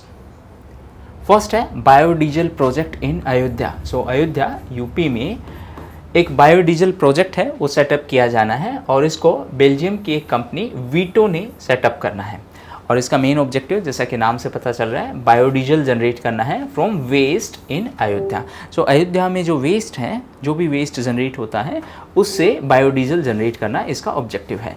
Next है NBFC लाइसेंस। NBFC का मतलब है non banking financial company. So recently RBI ने नियो बैंकिंग प्लेटफॉर्म जुपिटर को NBFC लाइसेंस दिया है। नियो बैंक का मतलब है इसका फिजिकल ब्रांचेस नहीं है, इसका सिर्फ ऑनलाइन प्रेजेंस है, डिजिटल प्रेजेंस है। सो ऐसे प्लेटफॉर्म्स को हम बोलते हैं नियो बैंक्स और रिसेंटली RBI ने इसको NBFC का लाइसेंस दिया है। नेक्स्ट है CBDC ई-रूपी। सो RBI ने नया ई-रूपी लॉन्च किया है। ई-रूपी का मतलब है डिजिटल वर्जन लॉन्च किया है रूपी का और इसको नाम दिया है CBDC, that is central bank digital currency. So recently Reliance general insurance है वो पहला इंश्योरेंस कंपनी बना है जिन्होंने RBI के इस CBDC को एक्सेप्ट करने की बात कही है कि हम इसके थ्रू पेमेंट ले लेंगे। सो ई-रूपी क्या है? ये रूपी जो फिजिकल करेंसी है उसी का डिजिटल वर्जन है जिसको RBI ने लॉन्च किया है। CBDC क्या है? Central bank digital currency. Next है market borrowing. So different state governments को पैसे चाहिए हैं और उसके लिए वो मार्केट से बोरो कर सकती हैं bye issuing state development loans. Actually ये जो स्टेट डेवलपमेंट लोन्स हैं ये काइंड ऑफ गवर्नमेंट सिक्योरिटी है जो RBI के द्वारा इशू की जाती है on the behalf of state government. और इन स्टेट बोरोइंग के मामले में तमिलनाडु टॉप पोजीशन पर है। तमिलनाडु है उसने हाईएस्ट मार्केट बोरोइंग की है और इसके अलावा तमिलनाडु के अलावा सेकंड पोजीशन पर है महाराष्ट्र, देन उत्तर प्रदेश एंड गुजरात। एक और इम्पोर्टेंट चीज़ यहाँ पर है, ये मैनेज कौन करता है? ये मैनेज करता है RBI। रिसेंटली तमिलनाडु की अगर हम बात करें तो तमिलनाडु में ऑनलाइन गेमिंग के ऊपर काफ़ी रेस्ट्रिक्शंस लगाई गई थी। एक और इम्पोर्टेंट चीज़, स्टेट गवर्नमेंट को सेंट्रल से बोरो करने के लिए या किसी से भी बोरो करने के लिए सेंट्रल गवर्नमेंट का परमिशन चाहिए है एज़ पर आर्टिकल 293, अगर स्टेट ने पहले से सेंट्रल गवर्नमेंट से कुछ पैसे बोरो किए हुए हैं तो। सो प्रीवियस अगर बोरोइंग है तो उसके केस में वापस से सेंट्रल अप्रूवल चाहिए है स्टेट्स को, और क्योंकि मैक्सिमम स्टेट्स ने ऑलरेडी बोरो किया हुआ है सो इसीलिए उनको सेंट्रल गवर्नमेंट का अप्रूवल चाहिए होगा। नेक्स्ट है currency and finance report. So recently RBI ने ये रिपोर्ट रिलीज़ की है, रिपोर्ट का नाम है currency and finance report, RBI है, reserve bank of India. Next है gold reserve of RBI. So RBI का गोल्ड रिजर्व है वो 4.5% इंक्रीज़ हुआ है और ये है अब रफली 794.64 टन। अगर हम आप फॉरेक्स रिजर्व की बात करें तो फॉरेक्स रिजर्व के 4 कंपोनेंट होते हैं, foreign currency asset, gold, SDR है स्पेशल ड्रॉइंग राइट, ये यूनिट ऑफ अकाउंट है, unit of account of IMF, और फोर्थ कंपोनेंट है आरटीपी है रिजर्व ट्रांच पोजीशन, सो ये 4 कंपोनेंट हैं फॉरेक्स के और आरबीआई फॉरेक्स मैनेजर है। गोल्ड के मामले की अगर हम बात करें तो रफली 794 टन है वो गोल्ड है, और अगर हम फॉरेक्स रिजर्व की बात करें तो 31 मार्च को ये रफली था $578 बिलियन। नेक्स्ट न्यूज़ है related to BBB- rating. So Fitch rating, ये मल्टीपल रेटिंग एजेंसीज होती हैं जो रेटिंग देती हैं। सो फिच रेटिंग ने इंडिया का जो रेटिंग दिया है दैट इज़ BBB- में। नेक्स्ट है FSDC, that is financial stability and development council. So first thing first, ये एक एग्जीक्यूटिव बॉडी है और इसका रिकमेंडेशन रघुराम राजन कमेटी ने दिया था। रघुराम राजन कमेटी ने इसका रिकमेंडेशन दिया था, 2010 में इसकी स्थापना हुई थी और इसके जो चेयरपर्सन होते हैं वो है यूनियन फाइनेंस मिनिस्टर। रिसेंटली इसका 27th मीटिंग हुआ था। ये कमेटी फाइनेंस मिनिस्ट्री के अंडर में है और चेयरपर्सन कौन है? Union finance minister. रिकमेंडेशन किसने दिया था? रघुराम राजन कमेटी ने 2008 में इसका रिकमेंडेशन दिया था और इसका एस्टेब्लिशमेंट है वो 2010 में हुआ था through an executive action. Next है ग्रीन वॉशिंग टैक्सपेरेंट। सो आरबीआई है, उन्होंने इस फर्स्ट एवर ग्रीन वॉशिंग टैक्सपेरेंट में पार्टिसिपेट करने का डिसीजन लिया था। ये इनोवेशन नेटवर्क्स है, ग्लोबल फाइनेंशियल इनोवेशन नेटवर्क, उसका एक पहल था। इसका मेन ऑब्जेक्टिव है कि एनवायरमेंटल सस्टेनेबिलिटी के ऊपर कैसे ध्यान दिया जाए। ग्रीन वॉशिंग एक टर्म है जिसका मतलब अपने प्रोडक्ट का ऐसा मार्केटिंग करना कि वो एनवायरनमेंट फ्रेंडली प्रोडक्ट है, even if it is not so, यानी कि वो एनवायरनमेंट फ्रेंडली नहीं है लेकिन फिर भी मार्केटिंग ऐसे की जा रही है कि वो एक एनवायरनमेंट फ्रेंडली प्रोडक्ट है। इसी को बोलते हैं ग्रीन वॉशिंग। नेक्स्ट है एंटी डंपिंग ड्यूटी। डंपिंग का मतलब है कोई भी कंट्री, लेट्स से चाइना है, चाइना में जो प्रोडक्ट बन रहा है, लेट्स से ये पेन है, ये पेन चाइना में 10 रुपये का बिक रहा है। Again for sake of understanding मैं रुपीज़ में बात कर रहा हूँ। चाइना में ये पेन 10 रुपये का बिक रहा है और इंडिया में चाइना इस पेन को एक्सपोर्ट कर रहा है 8 रुपये में। इस चीज़ को बोलते हैं डंपिंग। डंपिंग का मतलब है हमारी कंट्री में भी जो प्राइस है उससे भी सस्ता हम किसी दूसरी कंट्री में एक्सपोर्ट कर रहे हैं। अब जिस कंट्री में एक्सपोर्ट किया गया है, जैसे इस केस में इंडिया में एक्सपोर्ट किया गया है, सो ऑब्वियस सी बात है कि उस कंट्री में इसको लॉस होगा क्योंकि यहाँ के जो डोमेस्टिक मैन्युफैक्चरर्स हैं वो इससे कम्पीट नहीं कर पाएंगे। सो ऐसे केस में एंटी डंपिंग ड्यूटी लगाई जा सकती है। इसके अलावा एक और ड्यूटी होती है काउंटरवेलिंग ड्यूटी, जो कि सब्सिडी के असर को काउंटर करने के लिए लगाई जाती है। ये ड्यूटीज़ के लिए रिकमेंडेशन है वो कॉमर्स मिनिस्ट्री के थ्रू दिया जाता है और फाइनल डिसीजन है वो फाइनेंस मिनिस्ट्री के द्वारा लिया जाता है कि ड्यूटी लगाना है या नहीं लगाना। ये फाइनल डिसीजन है, ये फाइनेंस मिनिस्ट्री के द्वारा लिया जाता है। और जो रिकमेंडेशन है वो DGTR के थ्रू दिया जाता है। DGTR का मतलब है directorate general of trade remedies, जो कि कॉमर्स मिनिस्ट्री के अंडर में है। सो रिसेंटली जो DGTR है उन्होंने रिकमेंडेशन दिया था कि ऑप्टिकल फाइबर हैं जो कि चाइना, कोरिया एंड इंडोनेशिया से इंपोर्ट किए गए हैं उन पर एंटी डंपिंग ड्यूटी लगाई जाए। काउंटरवेलिंग ड्यूटी की बात करें तो ये सब्सिडी के असर को काउंटर करने के लिए लगाई जाती हैं। नेक्स्ट है CPACE। सो PACE का फुल फॉर्म है centre for processing accelerated corporate exit, यानी कि कॉरपोरेट एग्जिट के लिए ये एक प्रोसेस है। कॉरपोरेट एग्जिट का मतलब है कोई अपनी कंपनी का नेम अगर मिनिस्ट्री ऑफ कॉरपोरेट अफेयर्स की वेबसाइट से रिमूव करवाना चाह रहा है, यानी कि एग्जिट लेना चाह रहा है, एग्जिट मतलब बाहर जाना चाह रहा है, सो उस केस के लिए ये एक प्रोसेस है और इसका नाम है सी पेस। ये एक प्लेटफॉर्म है ताकि ये कॉरपोरेट एग्जिट है उसको ईजिली इम्प्लीमेंट किया जा सके। एग्जिट का मतलब है आपको ये जो प्रोसेस है उसको ख़त्म करना है, बंद करना है। सो ये मिनिस्ट्री ऑफ कॉरपोरेट अफेयर्स के अंडर में एक पहल है। एक्चुअली यही मिनिस्ट्री है that is responsible for companies act. Companies act और कंपनीज एक्ट के थ्रू ही डिफरेंट कंपनीज हैं वो रजिस्टर की जाती हैं। नेक्स्ट न्यूज़ है ट्रांजिशन फ्रॉम LIBOR। देखो, दो बैंक्स को जब भी आपस में पैसा चाहिए होगा तो एक दूसरे के पास जाएंगे। एक एग्जाम्पल के थ्रू, ये बैंक 1 है, ये बैंक 2 है, मान लेते हैं सिर्फ 2 ही बैंक है। सो अगर ये बैंक इससे पैसे लेता है तो इसको हमने नाम दे दिया inter bank. Inter bank. So inter bank के केसेस में, यानी कि जब एक बैंक दूसरे बैंक से पैसे ले रहा है तो उसके केस में इंटरेस्ट रेट क्या होना चाहिए ये डिसाइड किया जाता था लाइबोर से, that is London inter bank offered rate. अब इसमें प्रॉब्लम क्या हुआ कि ये जो इंटरेस्ट रेट थी ये मैनिपुलेटेड थी। मैनिपुलेटेड का मतलब है इसमें छेड़खानी की गई थी अपने खुद के प्रॉफिट के लिए, और इसीलिए RBI ने बैंक्स को कहा है कि अब आपको लाइबोर नहीं फॉलो करना है। और उसी के कंटेक्स्ट में ये न्यूज़ है, RBI ने अनाउंस किया है कि फाइनेंशियल इंस्टीट्यूशंस को लाइबोर से ट्रांजिशन करना है, यानी कि अब उनको लाइबोर नहीं फॉलो करना है फ्रॉम 1 जुलाई 2023। और बैंक्स को जो सिस्टम है वो अडोप्ट करना है, उसका नाम है SOFR, यानी कि सिक्योर्ड ओवरनाइट फाइनेंशियल रेट। यानी कि ये नया सिस्टम है, ये पुराना सिस्टम है।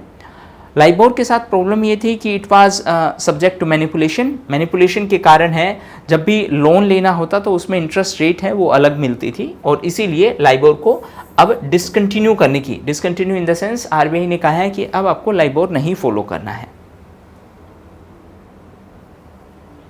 नेक्स्ट है इंडियाज फॉरेक्स की अगर हम बात करें सो ये रफली $595 बिलियन है, और हमारा अब तक का हाईएस्ट फॉरेक्स रहा है वो है $645 बिलियन जो कि अक्टूबर 2021 में। नेक्स्ट है डिविडेंड पे आउट। डिविडेंड का मतलब है हमने जो इन्वेस्टमेंट किया था उससे हमें जो प्रॉफिट मिला है। अब RBI भारत सरकार की एक एंटिटी है, सो RBI को जो भी प्रॉफिट होगा उसका एक हिस्सा RBI भारत सरकार को एज डिविडेंड पे करती है, और RBI ने इस साल डिविडेंड पे किया है 87416 करोड़ रुपीज़। लास्ट ईयर के कंपैरिजन में ये रफली 3 गुना है। लास्ट ईयर RBI ने भारत सरकार को 30,307 करोड़ रुपये पे किया था। इसके अलावा RBI कंटीजेंसी बफर भी मेंटेन करती है।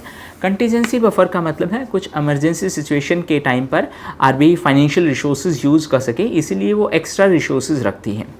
और इसका रिकमेंडेशन है वो बिमल जालान कमेटी ने दिया था, और बिमल जालान कमेटी ने कहा था कि RBI को 5.5 से 6.5% का कंटीजेंसी रिस्क बफर रखना चाहिए। इस साल RBI ने अनाउंस किया है कि वो 6% का कंटीजेंसी रिस्क बफर रखेंगे। नेक्स्ट है इंटरनेशनल जेमोलॉजिकल इंस्टीट्यूट। सो जो जेम्स हैं उनके लिए ये इंस्टीट्यूशन है, और रिसेंटली इस IGI को ब्लैकस्टोन ने खरीदा है। अगर हम डायमंड कटिंग या पॉलिशिंग की बात करें तो इंडिया सबसे बड़ा डायमंड कटिंग और पॉलिशिंग का सेंटर है। इनफैक्ट हम अनपॉलिश्ड डायमंड है वो परचेज करते हैं, इंपोर्ट करते हैं, और बाद में पॉलिश्ड डायमंड है उनको वापस एक्सपोर्ट करते हैं। नेक्स्ट है अडानी हिंडनबर्ग रिपोर्ट। सो इस कंट्रोवर्सी के बाद एक कमेटी बिठाई गई थी जिसका नाम है साप्रे कमेटी। इस कमेटी ने इस कंट्रोवर्सी में रिपोर्ट सबमिट की थी, और इस कमेटी के कंटेक्स्ट में एक टर्म न्यूज़ में थी फ्लोट।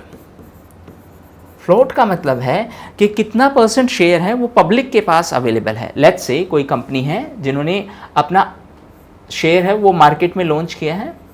जब कोई कंपनी पहली बार अपना शेयर मार्केट में लॉन्च करती है उसको बोलते हैं IPO, that is initial public offer. IPO initial public offer. और अगर इसके बाद सब्सिक्वेंटली और शेयर लॉन्च करती हैं उसको बोलते हैं FPO, that is follow on public offer. So अगर किसी कंपनी को शेयर लॉन्च करने हैं तो सेबी की गाइडलाइंस के हिसाब से एटलीस्ट 25% जो शेयर्स हैं वो पब्लिक के पास, यानी कि पब्लिक खरीद सके, ऐसे अवेलेबल होने चाहिए। इसका कहने का मतलब है, लेट्स से एक कंपनी है, अडानी की ही कंपनी है, 100% शेयर उनका है, लेकिन अब वो चाह रहे हैं कि ये कंपनी स्टॉक मार्केट में आए। सो स्टॉक मार्केट में एटलीस्ट इनको 25% शेयर देने होंगे, यानी कि मैक्सिमम ये कितना रख सकते हैं, दैट इज मैक्सिमम ये 75% रख सकते हैं, और बाकी 25% है ये ओपन होनी चाहिए, यानी कि कोई भी खरीद सकना चाहिए। इसी चीज़ को बोला है फ्लोट।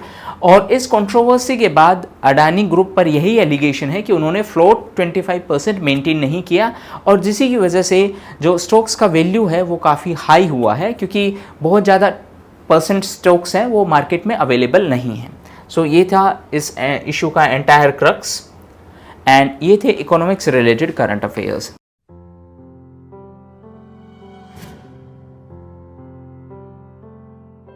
हेलो एवरीवन, सो इस सेक्शन में हम कवर करेंगे साइंस रिलेटेड करंट अफेयर्स।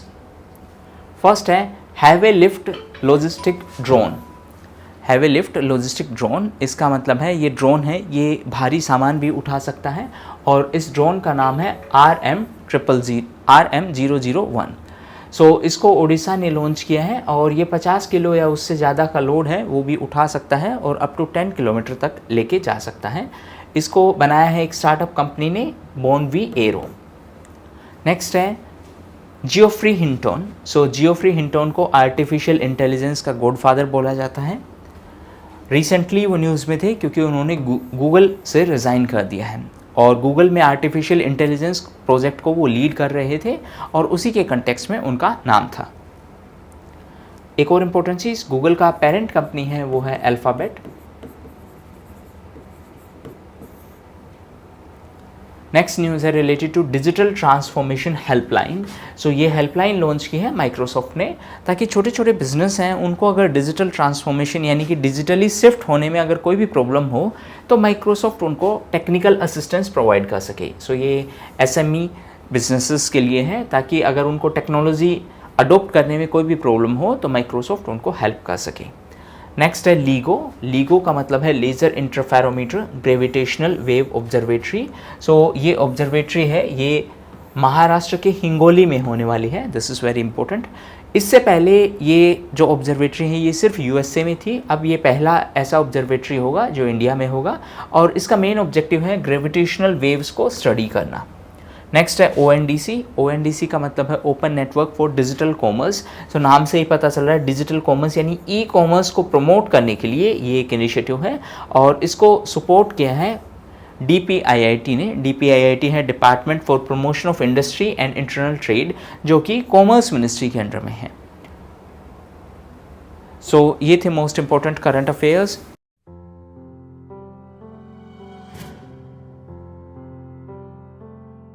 इस सेक्शन में हम कवर करेंगे जून के security related current affairs.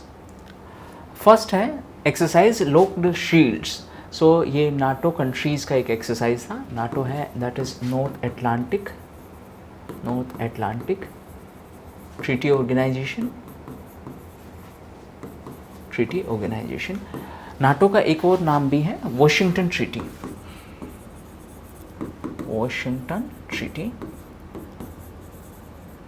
Next news है रिलेटेड टू मिलिट्री स्पेंडिंग, कि कौन सी कंट्री है वो कितना एक्सपेंडिचर कर रही है in the matters of defence. So ये रिपोर्ट को रिलीज़ किया है सिप्री ने। सिप्री का फुल फॉर्म है Stockholm international peace research institute, और इस रिपोर्ट के हिसाब से हाईएस्ट डिफेंस स्पेंडिंग है that is of USA, than China, than Russia and than India. यानी कि इंडिया है वो 4th पोजीशन पर है, और इंडिया में रफली 6% इंक्रीमेंट हुआ है इन डिफेंस। अगर मैं बात करूँ इन कंट्रीज़ की, so as per purchasing power parity PPP, USA is on top position. USA is followed by China, and India is 5th largest economy. India is 5th largest economy in terms of nominal GDP, and in terms of purchasing power parity, China is biggest economy, then USA and then India. So purchasing power parity के मामले में India 3rd position पर है, और nominal GDP के मामले में India 5th position पर है। रिसेंटली इंडिया ने यूके को सरपास किया है। यूके अब 6th लार्जेस्ट इकोनॉमी बन गया है, पहले 5th पोजीशन पर था। सो ये थे important current affairs related to security. Thank you.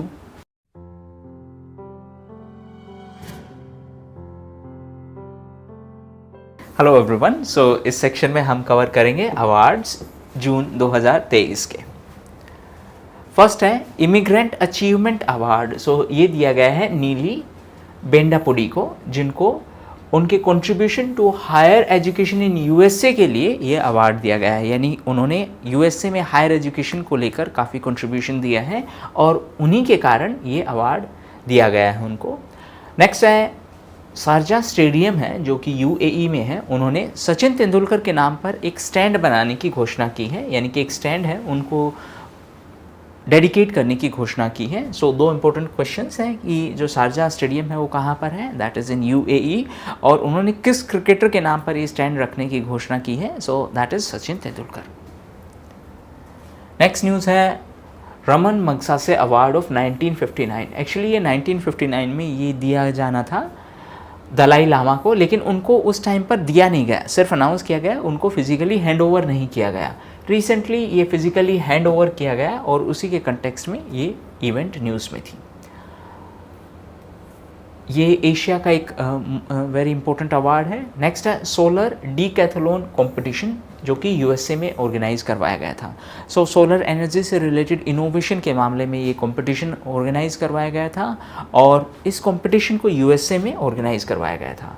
इस कंपटीशन में इंडिया की तरफ से आईआईटी बॉम्बे है वो सेकंड पोजीशन पर थी, यानी कि आईआईटी बॉम्बे सेकंड पोजीशन पर रही इस कंपटीशन में, और फर्स्ट पोजीशन पर बॉल स्टेट यूनिवर्सिटी थी। नेक्स्ट है ग्लोबल गोल्ड अवार्ड। सो ये अवार्ड दिया गया है power grid corporation of India limited को। Power grid corporation of India limited है वो पावर मिनिस्ट्री के अंडर में, यानी मिनिस्ट्री ऑफ पावर के अंडर में एक पीएसयू है और ये महारत्ना पीएसयू है। सो पीएसयू यानी पब्लिक सेक्टर अंडरटेकिंग्स या पब्लिक सेक्टर एंटरप्राइजेज हैं, उनको 3 कैटेगरीज में डिवाइड किया गया है, महारत्ना, नवरत्ना और मिनी रत्ना। और मिनी रत्ना को भी 2 सब कैटेगरीज में डिवाइड किया गया है, mini Ratna 1, mini Ratna 2। Next है अर्जुन वाजपेयी। सो वो पहले इंडियन मैन बने जिन्होंने माउंट अन्नपूर्णा पर चढ़ाई की है। माउंट अन्नपूर्णा नेपाल में है और ये 10वां हाईएस्ट माउंटेन है in the world. Next news है 68th film fair award. So ये मुंबई में हुआ था और इस अवार्ड के लिए, यानी इस अवार्ड्स के दौरान बेस्ट फिल्म का जो अवार्ड है वो दिया गया गंगूबाई काठियावाड़ी फिल्म को। बेस्ट एक्टर का अवार्ड दिया गया था मेल कैटेगरी में राजकुमार राव को, और बेस्ट एक्ट्रेस फीमेल कैटेगरी में ये अवार्ड दिया गया था आलिया भट्ट को, और लाइफ टाइम अचीवमेंट अवार्ड दिया गया था प्रेम चोपड़ा को। नेक्स्ट न्यूज़ है वर्ल्ड ग्रीन अवार्ड। सो ये अवार्ड दिया गया है चेन्नई मेट्रो रेल को because of its environment friendly practices. Next है लाइप्जिग बुक प्राइज़। सो नाम से ही पता चल रहा है बुक के कंटेक्स्ट में है, और ये अवार्ड दिया गया था मारिया स्टेपानोवा को। नेक्स्ट है हुडको अवार्ड। हुडको का जो फुल फॉर्म है that is housing and urban development corporation limited. So ये अवार्ड दिया गया उत्तर प्रदेश के स्वच्छ विरासत अभियान को। स्वच्छ विरासत अभियान यानी कि सैनिटेशन से रिलेटेड एक कैंपेन था उत्तर प्रदेश सरकार का। नेक्स्ट है पाम डियोनर यानी कांस फिल्म फेस्टिवल के दौरान ये जो अवार्ड है ये दिया गया था माइकल डगलस को, जो कि एक हॉलीवुड एक्टर हैं। नेक्स्ट है मैन ऑफ द सेंचुरी यानी शताब्दी पुरुष का जो अवार्ड है वो दिया गया है पंडित रामकृष्ण को, जो कि फॉर्मर लोकसभा एमपी हैं, एमपी यानी मेंबर ऑफ पार्लियामेंट। नेक्स्ट है करोल शील्ड्स प्राइज़। सो ये प्राइज़ दिया गया फातिमा असगर को, जिन्होंने first ever Carol Shields prize जीता है फॉर फिक्शन कैटेगरी, यानी फिक्शन बुक्स, फिक्शन राइटिंग के लिए उनको ये प्राइज़ दिया गया है। और उनका डेब्यू नोवेल था व्हेन वी वर सिस्टर्स। ये उनका डेब्यू नोवेल था, पहला नोवेल था। नेक्स्ट है ल्यूरेट्स स्पोर्ट्स अवार्ड। सो ये अवार्ड दिया गया लियोनल मेसी को, जो कि एक वेल नोन फुटबॉलर है। नेक्स्ट है Bharat Ratna doctor Ambedkar award. So doctor Ambedkar award है वो दिया गया है उत्तर प्रदेश के चीफ मिनिस्टर योगी आदित्यनाथ को। नेक्स्ट है सागर श्रेष्ठ अवार्ड। सो ये अवार्ड दिया गया है कोचीन पोर्ट को, और इस अवार्ड को दिया है ministry of ports, shipping and waterways को, ministry of ports, shipping and waterways ने। नेक्स्ट है global ambassador of Gucci. So Gucci जो कि एक इटालियन ब्रांड है, उसने आलिया भट्ट को ग्लोबल एम्बेसडर डिक्लेयर किया है, अपॉइंट किया है। नेक्स्ट अवार्ड है related to France. So recently France ने अपना हाईएस्ट सिविलियन ऑनर दिया है रतन टाटा को। इससे पहले ऑस्ट्रेलिया ने भी ऑर्डर ऑफ ऑनर है वो रतन टाटा को दिया था, और इस फ्रांस के हाईएस्ट सिविलियन ऑर्डर का नाम है लीगन डी ऑनर। नेक्स्ट है companion of the order of Logohu. So recently PNG यानी पपुआ न्यू गिनी ने इंडियन प्राइम मिनिस्टर को ये अवार्ड दिया है, और ये उनका हाईएस्ट अवार्ड है। अवार्ड का नाम है companion of the order of Logohu. इसके अलावा रिसेंटली फिजी ने भी उनको अवार्ड दिया था, सम्मानित किया था अपने हाईएस्ट ऑनर से। तो फिजी और पीएनजी यानी पपुआ न्यू गिनी दोनों ने उनको सम्मानित किया था। नेक्स्ट है international Booker prize. So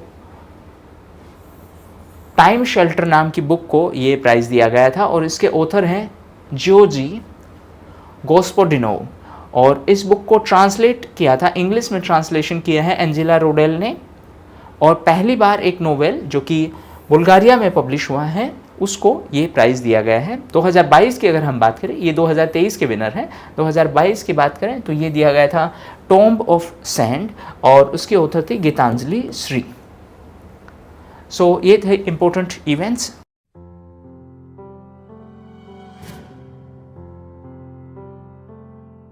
hello everyone, so इस सेक्शन में हम कवर करेंगे जून के स्टेट्स और union territory related current affairs. First है रामालैंड। सो जैसे डिज्नीलैंड का कॉन्सेप्ट है, उसी कॉन्सेप्ट उसी थीम के ऊपर भगवान श्री राम से रिलेटेड भी एक थीम पार्क बनाया जाएगा जिसको नाम दिया है रामालैंड, और इसको डिज्नीलैंड के मॉडल पर तैयार किया जाएगा और इसे उत्तर प्रदेश में तैयार किया जाएगा। ये जो थीम पार्क है ये भगवान राम की लाइफ स्टोरी पर आधारित होगा। नेक्स्ट है digital health card for children. So Uttar Pradesh Bharat का पहला ऐसा राज्य बना है जिन्होंने बच्चों के लिए डिजिटल हेल्थ कार्ड बनाने का निर्णय लिया है। नेक्स्ट है केरला इंस्टीट्यूशनल रैंकिंग फ्रेमवर्क। सो केरल सरकार ने अपनी इंस्टीट्यूशंस की रैंकिंग देने के लिए खुद का एक स्टेट स्पेसिफिक फ्रेमवर्क अनाउंस किया है ताकि वो विद इन स्टेट्स जो इंस्टीट्यूशंस हैं उनकी रैंकिंग दे सके। और नेशनल लेवल पर भी एक ऐसा ही रैंकिंग है जिसको हमने नाम दिया है नेशनल इंस्टीट्यूशनल रैंकिंग फ्रेमवर्क, जो कि मिनिस्ट्री ऑफ एजुकेशन का एक इनिशिएटिव है। नेक्स्ट है पोड टैक्सी। सो ये एक पोड टैक्सी का मॉडल है, यानी कि यहाँ पर सिंगल लोगों को as a personalised taxi transport किया जाएगा। और इंडिया का पहला पोड टैक्सी प्रोजेक्ट है वो उत्तर प्रदेश में स्टार्ट होगा। एक्चुअली ये नोएडा इंटरनेशनल एयरपोर्ट जो कि जेवर में है उसको फिल्म सिटी से कनेक्ट करेगा। फिल्म सिटी नोएडा के ही सेक्टर 21 में है। आपको सेक्टर वगैरह याद करने की ज़रूरत नहीं है, बट आपको ये पता होना चाहिए ये उत्तर प्रदेश में है। एक्चुअली हुआ क्या है, IGI यानी इंदिरा गांधी इंटरनेशनल एयरपोर्ट पर बहुत ज़्यादा ट्रैफिक और रश होने की वजह से एक एडिशनल अल्टरनेटिव एयरपोर्ट बनाया गया है जो कि जेवर में है और ये उत्तर प्रदेश में है। नेक्स्ट है राइट टू वॉक। सो पंजाब ने पहला ऐसा राज्य बना है जिन्होंने राइट टू वॉक को इन्फोर्स किया है। होता क्या है, सड़क बनाने के साथ साथ पेडिस्ट्रियन के लिए रास्ता बनाना भी ज़रूरी है। पेडिस्ट्रियन यानी कि जो लोग पैदल चलते हैं, तो पंजाब सरकार ने उसी पहल के तहत ये राइट टू वॉक की बात कही है कि जो लोग पैदल चल रहे हैं या जो लोग साइकिल चला रहे हैं उनके लिए भी एक स्पेसिफिक रास्ता होना चाहिए। नेक्स्ट है एजुकेशन प्रोग्राम, और इस एजुकेशन प्रोग्राम का नाम है पहल। सो ये उत्तर प्रदेश सरकार की एक इनिशिएटिव है जिसका मेन ऑब्जेक्टिव है रूरल एजुकेशन को प्रमोट करना। नेक्स्ट है 5G टेक्नोलॉजी ट्रेनिंग प्रोग्राम। सो अभी तक 4G टेक्नोलॉजी थी, अभी 5G टेक्नोलॉजी आई है। उसके बारे में जो युवा हैं उनको टेक्नोलॉजिकली अवेयर करना, उनको ट्रेन करना इस पहल का काम है और ये उत्तर प्रदेश सरकार की एक पहल है। नेक्स्ट है Tripura tourism. So recently Tripura tourism ने पूर्व क्रिकेट कैप्टन सौरव गांगुली को ब्रांड एम्बेसडर बनाया है त्रिपुरा में टूरिज़्म को प्रमोट करने के लिए। सो ये थे important current affairs. Thank you.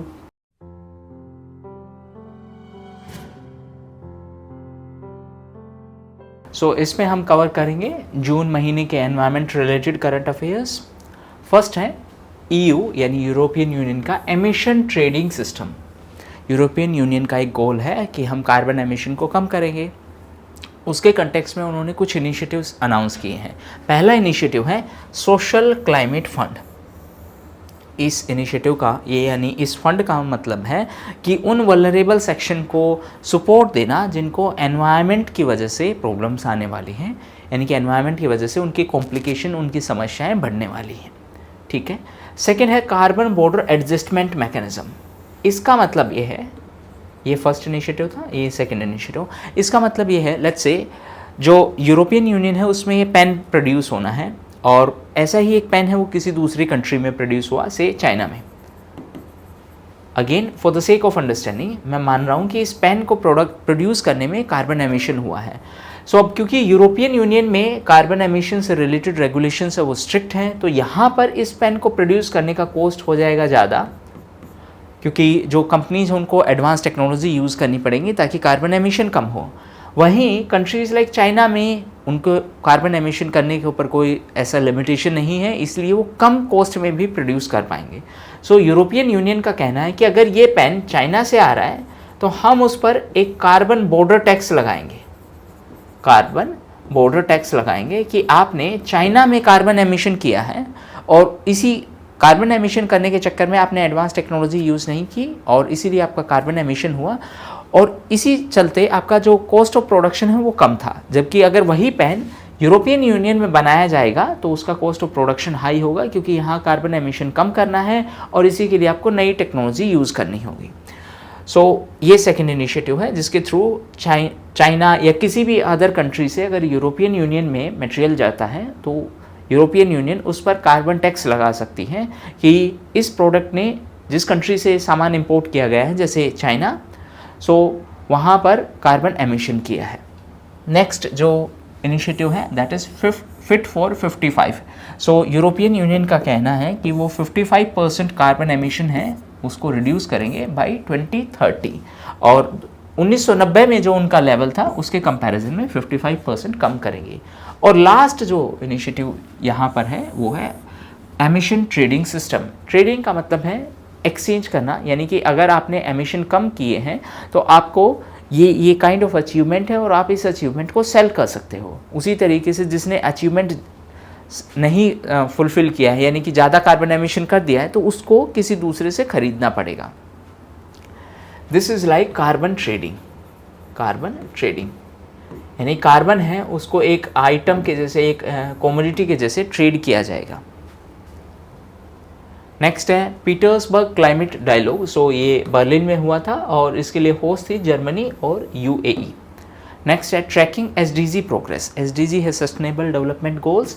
Total 17 goals हैं, 169 टारगेट्स हैं।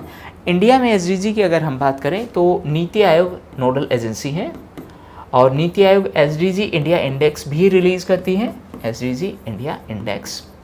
और SDG इंडिया इंडेक्स के हिसाब से केरल है वो टॉप पोजीशन पर है। रिसेंटली इस कंटेक्स्ट में भोपाल न्यूज़ में था, क्योंकि भोपाल ने अपना पहला VLR प्रेजेंट किया है।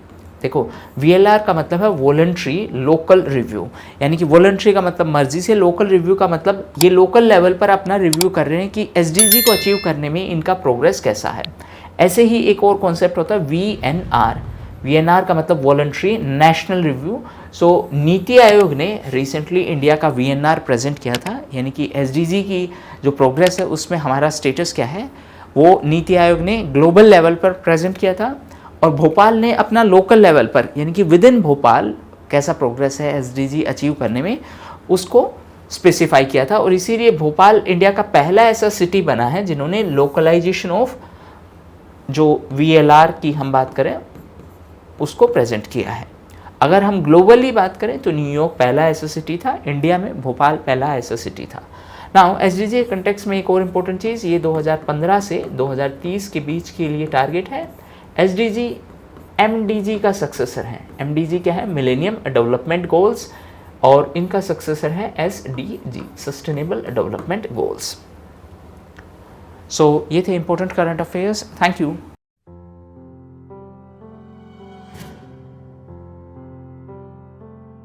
हेलो एवरीवन, सो इस सेक्शन में हम कवर करेंगे जून के अपॉइंटमेंट्स। फर्स्ट अपॉइंटमेंट है related to cycling federation of India. So cycling federation of India के नए प्रेसिडेंट बने हैं पंकज सिंह। नेक्स्ट है AK Mohanty. So recently AK Mohanty है वो एटॉमिक एनर्जी कमीशन के नए चेयरपर्सन बने हैं, एटॉमिक एनर्जी कमीशन। इसके अलावा वो BARC यानी भाभा एटॉमिक रिसर्च सेंटर के भी डायरेक्टर हैं। नेक्स्ट है लिंडा याकारिनो। सो वो ट्विटर की नई CEO बनी है। नेक्स्ट है परमिंदर चोपड़ा। सो रिसेंटली वो पहली महिला बनी है जो कि पावर फाइनेंस कॉरपोरेशन की CMD है, यानी पावर फाइनेंस कॉरपोरेशन की CMD के तौर पर पहली बार किसी महिला, किसी फीमेल को अपॉइंट किया गया है और उनका नाम है परमिंदर चोपड़ा। नेक्स्ट है Geeta Rao Gupta. So recently USA ने ग्लोबल वुमेन इश्यूज़ के लिए गीता राव गुप्ता को US एम्बेसडर अपॉइंट किया है। नेक्स्ट है प्रवीण सूद। सो रिसेंटली उनको CBI का डायरेक्टर के तौर पर अपॉइंट किया गया है। CBI की अगर हम बात करें तो CBI का पावर का सोर्स है Delhi special police establishment act, यानी इस एक्ट के प्रोविजंस के थ्रू अपॉइंटमेंट किया जाता है। और उनसे पहले जो CBI के डायरेक्टर थे वो थे सुबोध कुमार जायसवाल। अभी जो नए डायरेक्टर हैं CBI के जो अपॉइंट किए गए हैं that is Praveen Sood. Next है मनोज सोनी। सो रिसेंटली उनको UPSC का चेयरपर्सन अपॉइंट किया गया है। सो ये थे important current affairs. Thank you.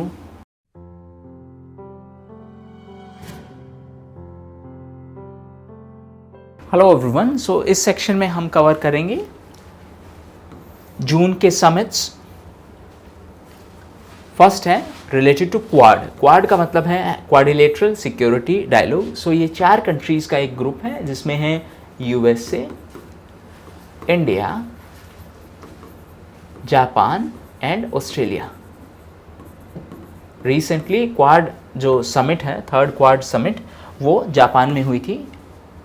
Actually in person ये थर्ड है, ओवरऑल ये फोर्थ है। ओवरऑल ये फोर्थ क्वाड समिट है।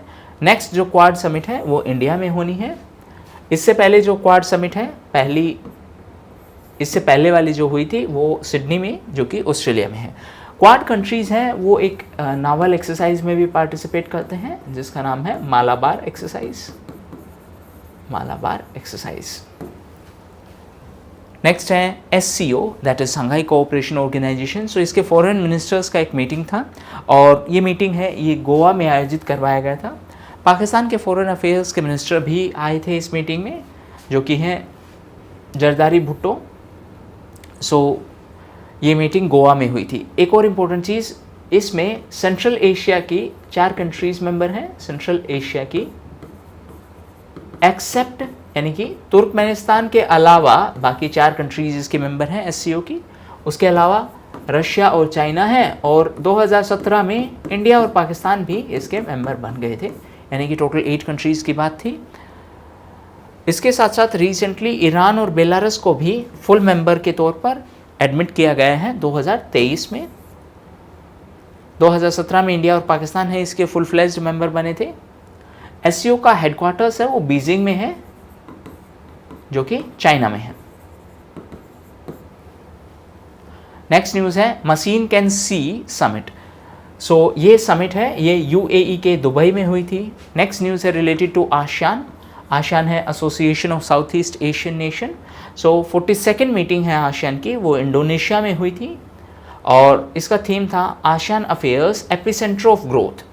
सो 2022 में यानी लास्ट ईयर ईस्ट तिमोर को आसियान के 11th मेंबर के तौर पर एडमिट किया गया था। आसियान में पहले 10 कंट्रीज थे और ये 11th मेंबर होने वाला है ईस्ट तिमोर। आसियान का हेडक्वार्टर है वो है जकार्ता में, जो कि इंडोनेशिया में है।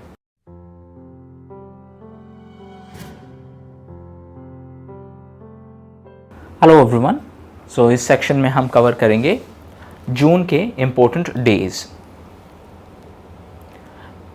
World intellectual property rights day है वो 26 अप्रैल को मनाया गया, और labour day, international labour day है वो 1 मई को मनाया गया, और इसीलिए इसको मे डे के नाम से भी जानते हैं। नेक्स्ट है वर्ल्ड प्रेस फ्रीडम डे, जो कि 3 मई को मनाया गया। सो 3 मई को वर्ल्ड प्रेस फ्रीडम डे के तौर पर मनाया गया। नेक्स्ट है वर्ल्ड टेक्नोलॉजी डे, सो ये 11 मई को मनाया गया और इस बार का जो टेक्नोलॉजी डे था उसका थीम था school to startups igniting young mind to innovate. Startup की अगर हम बात करें तो एक स्कीम है स्टार्टअप इंडिया, और ये कॉमर्स मिनिस्ट्री की एक स्कीम है। दूसरा स्कीम है स्टैंड अप इंडिया, ये डिपार्टमेंट ऑफ फाइनेंशियल सर्विसेज यानी फाइनेंस मिनिस्ट्री की एक सर्विस है, एक स्कीम है। फाइनेंस मिनिस्ट्री रिसेंटली न्यूज़ में थी क्योंकि एक और डिपार्टमेंट है वो फाइनेंस मिनिस्ट्री में शिफ्ट किया गया था और ये है DPE का मतलब है डिपार्टमेंट ऑफ पब्लिक एंटरप्राइजेस। सो जो PSU है उनसे रिलेटेड ये डिपार्टमेंट है। पहले ये हैवी मिनिस्ट्री के अंडर में था, हैवी मिनिस्ट्री, और अब इसको रिसेंटली फाइनेंस मिनिस्ट्री में शिफ्ट किया गया है। नेक्स्ट है इंटरनेशनल नर्सेज डे, सो ये 12 मई को मनाया गया और टेलीकम्युनिकेशन डे है वो 17 मई को सेलिब्रेट किया गया। नेक्स्ट है वर्ल्ड एड्स वैक्सीन डे, ये 18 मई को। हाइपरटेंशन डे है वो भी 17 मई को ऑब्जर्व किया गया था। वर्ल्ड सस्टेनेबल ट्रांसपोर्ट डे है, उसके बारे में रिसेंटली अनाउंसमेंट की गई है कि वो 26 नवंबर को सेलिब्रेट किया जाएगा। रिसेंटली यूनाइटेड नेशन ने इसकी अनाउंसमेंट की है, UNGA that is United nation general assembly ने। डे है 26 नवंबर। नेक्स्ट न्यूज़ है वर्ल्ड बी डे, सो ये 20 मई को ऑब्जर्व किया गया है और बायोलॉजिकल डाइवर्सिटी का डे है वो 22 मई को, जबकि 21 मई को टी डे के इंटरनेशनल टी डे के तौर पर सेलिब्रेट किया गया है। 21 मई को ही एंटी टेररिज्म डे के तौर पर भी ऑब्जर्व किया गया, एंटी टेररिज्म डे, क्योंकि इसी दिन भारत के पूर्व प्रधानमंत्री श्री राजीव गांधी की हत्या की गई थी। नेक्स्ट है वर्ल्ड मेट्रोलॉजी डे, सो वो 20 मई को ऑब्जर्व किया जाता है। एंटी टेररिज्म डे है वो 21 मई, नेशनल एंटी टेररिज्म डे 21 मई को ऑब्जर्व किया जाता है क्योंकि 21 मई 1991 को former prime minister Rajiv Gandhi ji की हत्या की गई थी। नेक्स्ट है कॉमनवेल्थ डे, सो ये 24 मई को ऑब्जर्व किया जाता है इंडिया में, और अगर हम ग्लोबली की बात करें तो ये 13 मार्च को ऑब्जर्व किया जाता है। सो ये थे important days of this month. Thank you.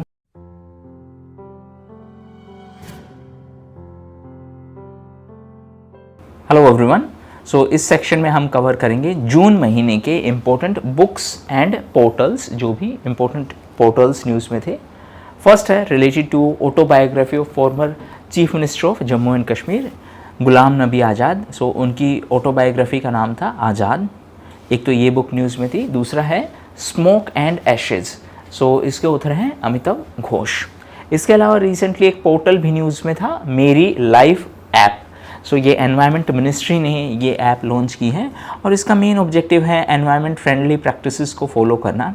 Actually यहाँ पर जो लाइफ इनिशिएटिव है उसका फुल फॉर्म है lifestyle for environment. So environment के लिए हमें अपनी लाइफस्टाइल में पॉजिटिव चेंजेस लाने हैं ताकि हम एनवायरनमेंट को प्रोटेक्ट कर सकें और सस्टेनेबल डेवलपमेंट को अचीव कर सकें। सो ये थे important books and portals. Thank you.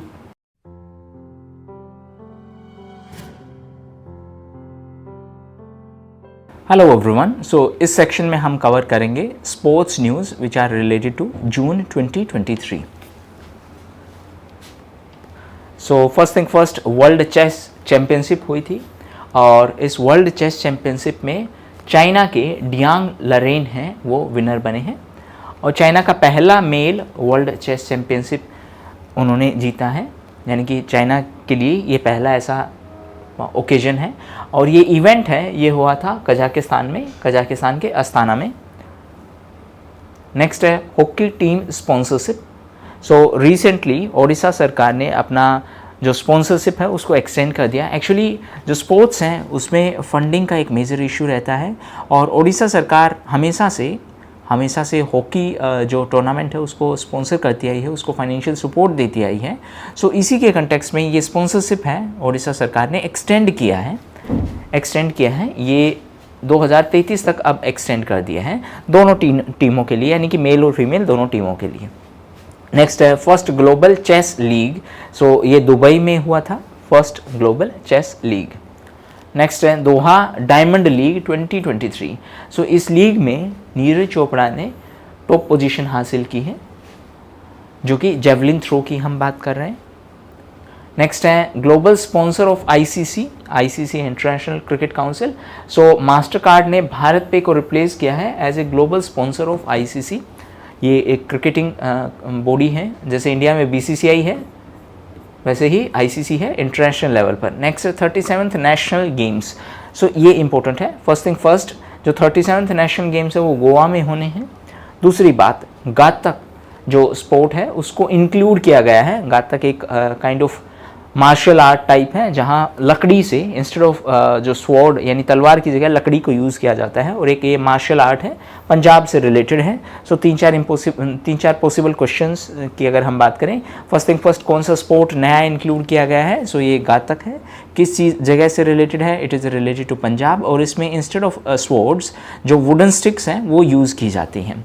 और जो नेशनल गेम्स हैं वो होने वाले हैं गोवा में। नंबर कौन सा है इनका? इनका नंबर है 37th। नेक्स्ट है फीफा वर्ल्ड कप 2026।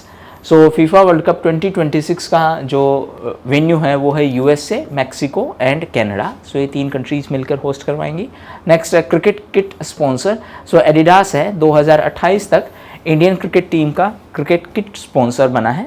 2019 में बैजू इसका स्पॉन्सर बना था, उससे पहले ये ओप्पो इसका स्पॉन्सर था। नेक्स्ट थर्ड, खेलो इंडिया यूनिवर्सिटी गेम्स। सो ये यूनिवर्सिटी गेम्स है, ये उत्तर प्रदेश में होस्ट हुए थे, और जो इस गेम्स का मैस्कट था वो था जीतू, जो कि एक स्वैम्प डियर है। स्वैम्प डियर और बारासिंगा की अगर हम बात करें, सो ये उत्तर प्रदेश का स्टेट एनिमल है। सो ये थे important sports events related to June 2023।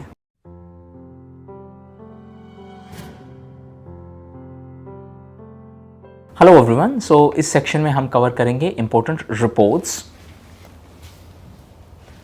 First report है वर्ल्ड डेवलपमेंट रिपोर्ट। सो इसको रिलीज़ किया है वर्ल्ड बैंक ने, और इस रिपोर्ट का मेन फोकस था migrants, refugees and societies. Next है वर्ल्ड प्रेस फ्रीडम इंडेक्स। सो ये इंडेक्स है रिपोर्टर्स विदाउट बॉर्डर्स ने रिलीज़ की है। ये एक नॉन गवर्नमेंटल ऑर्गेनाइजेशन है, एनजीओ है।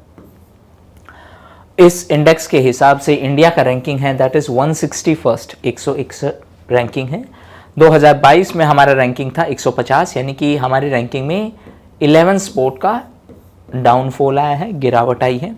टॉप 3 कंट्रीज़ की अगर हम बात करें तो नॉर्वे, आयरलैंड और डेनमार्क टॉप 3 कंट्रीज़ हैं, जबकि बॉटम 3 कंट्रीज़ की बात करें तो north Korea, China and Vietnam है।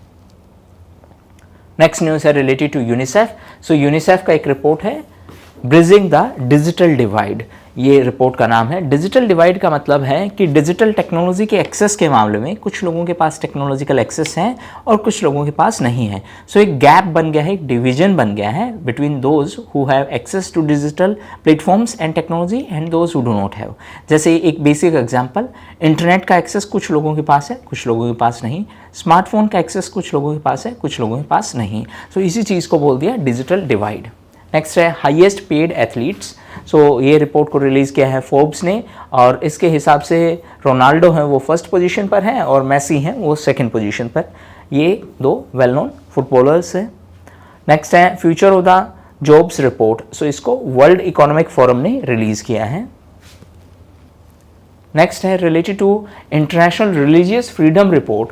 सो ये रिपोर्ट है, ये यूएसए के commission on international religious freedom है उसके द्वारा रिलीज़ की जाती है। नेक्स्ट रिपोर्ट है related to world economic situation and prospects report, और इस रिपोर्ट को रिलीज़ किया है United Nations department of economic and social affairs. इससे नेक्स्ट जो रिपोर्ट है that is ease of moving index report, और इसको ओला मोबिलिटी इंस्टीट्यूट ने रिलीज़ किया है। इस रिपोर्ट के हिसाब से इंडिया के अगर हम ट्रैवलिंग इकोसिस्टम की बात करें तो पुणे और पिंपरी छिंदवाड़ ये महाराष्ट्र में है, यहाँ पर सबसे अच्छा इकोसिस्टम है। फिर मुंबई, जबलपुर में मोबिलिटी सबसे कम है, और पुणे में सबसे इंक्लूसिव मोबिलिटी है। इंक्लूसिव का यहाँ मतलब है कि जो डिफरेंशियली एबल्ड हैं उनके लिए भी ऐसा इंफ्रास्ट्रक्चर है कि वो भी बिल्डिंग से एक्सेस कर सकते हैं, यानी कि differentially abled friendly infrastructure setup किया गया है। एंड अगरतला है उसमें सबसे बेस्ट वॉकिंग इंफ्रास्ट्रक्चर है। अगर वॉकिंग की बात करें तो right to right to walk का जो क्लोज था वो रिसेंटली पंजाब गवर्नमेंट ने इंट्रोड्यूस किया है कि जो पेडिस्ट्रियन हैं, पैदल चलने वाले लोग हैं, जो साइकिल चलाने वाले लोग हैं, उनके लिए एक अलग से रास्ता होना चाहिए, इसका प्रोविजन था। सो ये थे important reports related to June 2023। Thank you.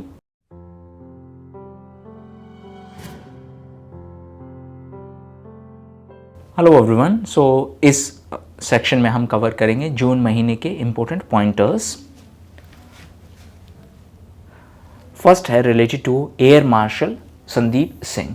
So recently air marshal Sandeep Singh हैं वो नेशनल सिक्योरिटी काउंसिल के मिलिट्री एडवाइज़र के तौर पर अपॉइंट किए गए हैं, नेशनल सिक्योरिटी काउंसिल के मिलिट्री एडवाइज़र। नेक्स्ट है अनंत महेश्वरी। सो रिसेंटली अनंत महेश्वरी को नेस्कॉम ने अपना न्यू चेयरपर्सन अपॉइंट किया है। नेक्स्ट है related to HSBC India. So HSBC India ने विराट कोहली को अपना ब्रांड एम्बेसडर अपॉइंट किया है। नेक्स्ट है related to Louis Vuitton. So Louis Vuitton जो ब्रांड है, जो कि इटली की एक ब्रांड है, वो पहली यूरोपियन कंपनी बनी है जिन्होंने मार्केट कैपिटलाइजेशन में $500 बिलियन की मार्केट कैपिटलाइजेशन के वैल्यू को क्रॉस कर दिया है। नेक्स्ट है वेंकटेश अय्यर। सो रिसेंटली वेंकटेश अय्यर है वो पहले भारतीय बने हैं जिन्होंने IPL 2023 में सेंचुरी स्कोर की थी। नेक्स्ट है पेंसिल्वेनिया। सो रिसेंटली ये US का पहला ऐसा स्टेट बना है जिन्होंने दिवाली को एक ऑफिशियल हॉलीडे डिक्लेयर किया है। नेक्स्ट है related to Sweden. So recently Sweden news में था क्योंकि स्वीडन की रिसर्च रॉकेट है उसने एक्सीडेंटली नॉर्वे को हिट कर दिया था। नेक्स्ट न्यूज़ है related to sustainable aviation fuel. So recently Vistara है वो पहली इंडियन एयरलाइन बनी है to operate on commercial sustainable aviation fuel. इस सस्टेनेबल एविएशन फ्यूल की मदद से फ्लाइट लेने वाली पहली एयरलाइन है, दैट इज़ विस्तारा। नेक्स्ट है my life as a comrade. So ये ऑटोबायोग्राफी है के शैलजा की। नेक्स्ट है which state government launched India's first state robotics framework. So Telangana राज्य सरकार ने इंडिया का पहला स्टेट रोबोटिक्स फ्रेमवर्क है वो लॉन्च किया है। नेक्स्ट है related to Yashasvi Jaiswal. So recently उन्होंने नया रिकॉर्ड बनाया है, 13 बॉल्स में उन्होंने हाफ सेंचुरी स्कोर की है IPL के दौरान। नेक्स्ट है कार्तिक बालागोपालन। सो रिसेंटली वो प्यूमा के नए MD बने हैं। प्यूमा जो कि एक स्पोर्ट्स कंपनी है, स्पोर्ट्स वियर बनाती हैं। नेक्स्ट है largest tunnel aquarium. So India का लार्जेस्ट टनल एक्वेरियम है ये हैदराबाद में है। हैदराबाद के एक्वा मरीन पार्क में ये सेटअप किया जाएगा। नेक्स्ट है related to first airport in India to have reading lounge. So reading lounge setup करने वाला भारत का पहला एयरपोर्ट है वो वाराणसी एयरपोर्ट है और इसको नाम दिया गया है, यानी इस एयरपोर्ट का जो नाम है that is Lal Bahadur Shastri international airport. Next है भारत का पहला सिटी जिन्होंने लोकलाइजेशन ऑफ SDG की बात कही है। ये हमने लास्ट सेक्शन में भी कवर किया था कि वॉलंटरी नेशनल रिव्यू और voluntary local review. Voluntary national review का मतलब है कि नीति आयोग है वो दुनिया के कंट्रीज़ को बताएगा कि हमने सस्टेनेबल डेवलपमेंट के लिए क्या क्या स्टेप्स लिए हैं। उसी तरीके से भोपाल है वो पहला ऐसा सिटी बना है भारत का जिन्होंने अपना वॉलंटरी लोकल रिव्यू प्रेजेंट किया है कि सस्टेनेबल डेवलपमेंट गोल्स में हमारा प्रोग्रेस क्या है। नेक्स्ट है द गोल्डन ईयर्स। सो ये बुक है और इसके टाइटल है रस्किन बॉन्ड। नेक्स्ट है केरल सरकार से रिलेटेड। सो केरल सरकार पहली ऐसी राज्य सरकार बनी है जिन्होंने मनरेगा वर्कर्स के लिए एक वेलफेयर फंड एस्टेब्लिश किया है। नेक्स्ट है Brussels.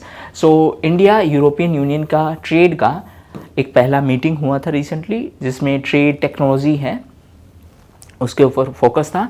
So India European union का ट्रेड टेक्नोलॉजी काउंसिल का पहला मीटिंग है वो ब्रुसेल्स में हुआ था। नेक्स्ट है पहले इंडियन हैं जिन्होंने ODI टेस्ट और T20 और IPL में सेम साल में सेंचुरी बनाई है। सो ये क्रिकेटर बने हैं शुभमन गिल। नेक्स्ट है chairperson of competition commission of India. So Ravneet Kaur हैं वो CCI that is competition commission of India के नए चेयरपर्सन बने हैं। कंपटीशन कमीशन ऑफ इंडिया एक स्टैट्यूटरी बॉडी है जिसको कंपटीशन एक्ट 2002 के हिसाब से सेटअप किया गया था। नेक्स्ट न्यूज़ है related to international glamour project miss India 2023। So इस प्रोजेक्ट के लिए यानी कि इसकी जो विनर बनी है वो है Sanika Lahane. Next related to best long documentary award. So South Asian film festival के दौरान बेस्ट लॉन्ग डॉक्यूमेंट्री अवार्ड दिया गया था गोरी फिल्म को। नेक्स्ट न्यूज़ है रिलेटेड टू संचार साथी पोर्टल। सो ये भारत सरकार ने एक पोर्टल लॉन्च किया है जहाँ पर स्टोलन मोबाइल फ़ोन हैं और सिम कार्ड है उनसे रिलेटेड इन्फॉर्मेशन के बारे में जानकारी मिल सकेगी। जो एप्लीकेशन है या प्लेटफॉर्म है उसका नाम है संचार साथी पोर्टल। नेक्स्ट है data security council of India है DSCI, उसके नए चेयरपर्सन कौन बने हैं? सो उसके नए चेयरपर्सन बने हैं प्रमोद बसीन। नेक्स्ट है रिलेटेड टू इंडियन ओरिजिन की एक महिला जो कि न्यूयॉर्क पुलिस डिपार्टमेंट में highest ranking South Asian women बनी है। सो उनका नाम है captain Pratima Bhullar. Next news है related to 83rd grand master of India. So वो हैं V प्रणीत। नेक्स्ट न्यूज़ है related to Japan. So recently prime minister mister Modi ने जापान के हिरोशिमा में महात्मा गांधी जी का एक स्टेचू है उसको अनवेल किया था। नेक्स्ट न्यूज़ है related to Bihar. So recently Bihar सरकार ने अनाउंस किया है कि वो बहुत सारे डॉक्यूमेंट्स यानी कि मोर देन 1 लाख डॉक्यूमेंट हैं और 1 करोड़ डॉक्यूमेंट है उनको प्रिजर्व करने के लिए स्टेप लेगा। नेक्स्ट है सलमान रुश्दी। सो रिसेंटली उनको पैन अमेरिकन अवार्ड से सम्मानित किया गया था, वो एक वेल नोन ऑथर हैं। नेक्स्ट न्यूज़ है related to food. So recently G7 summit में इंडियन प्राइम मिनिस्टर ने एक 10 पॉइंट कॉल टू एक्शन दिया है और इस 10 पॉइंट कॉल टू एक्शन का मेन फोकस है फूड सिक्योरिटी पर। नेक्स्ट है good governance related regulation. So recently Maharashtra देश का पहला ऐसा राज्य बना है जिन्होंने good governance related regulations announce की हैं और ऐसा करने वाला महाराष्ट्र देश का पहला राज्य है। नेक्स्ट है मध्य प्रदेश से related. So recently Madhya Pradesh ने सरकार ने जो सीनियर सिटीजन्स हैं उनके पिलग्रिमेज के लिए एयर ट्रैवल की घोषणा की है, एयर ट्रैवल फैसिलिटी की घोषणा की है। नेक्स्ट है AK जैन। सो रिसेंटली AK जैन है वो petroleum and natural gas regulatory board के नए चेयरपर्सन बने हैं। नेक्स्ट है NGT से रिलेटेड। NGT ने रिसेंटली उत्तर प्रदेश को डायरेक्शंस दी हैं कि जो सोन नदी है उसमें फर्दर माइनिंग नहीं होगी। सोन नदी की अगर हम बात करें तो ये सोनभद्र डिस्ट्रिक्ट में है। एंड लास्ट न्यूज़ है कि हमारा जो AI सुपर कंप्यूटर है जो कि CDAC पुणे में इंस्टॉल्ड है उसका नाम क्या है? सो इसका नाम है एरावत और ये AI सुपर कंप्यूटर्स के लिस्ट में 75th पोजीशन पर है। So with this June 2023 current affairs are over. Thank you and that's all for the day.